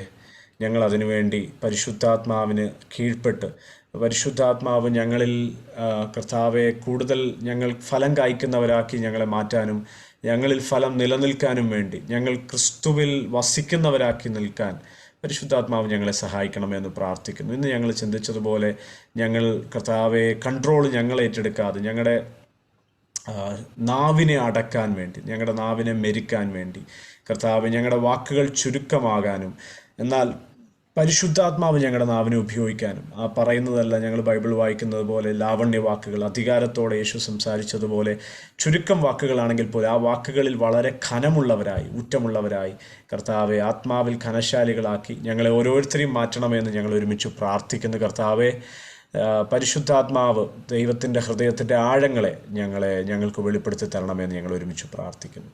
ഇന്ന് കർത്താവെ ജോയിൻ ചെയ്ത എല്ലാവരെയും ദൈവകരങ്ങളിൽ സമർപ്പിക്കുന്ന കർത്താവ് ഞങ്ങൾ ഒരുമിച്ച് അനുഗ്രഹിക്കണമേ. പരിശുദ്ധാത്മാവ് ഞങ്ങളെ പഠിപ്പിക്കണമേ, അങ്ങയുടെ വഴികളെ ഞങ്ങളെ പഠിപ്പിക്കണമെന്ന് പ്രാർത്ഥിക്കുന്നു. എല്ലാ മഹത്വം അങ്ങേക്ക് അർപ്പിക്കുന്നു. അങ്ങ് പ്രാർത്ഥന കേൾക്കുന്നതിനായി നന്ദി. യേശു ക്രിസ്തുവിൻ ധന്യമുള്ള നാമത്തിൽ തന്നെ. ആമേൻ, ആമേൻ, ആമേൻ. Okay, so thank you so much.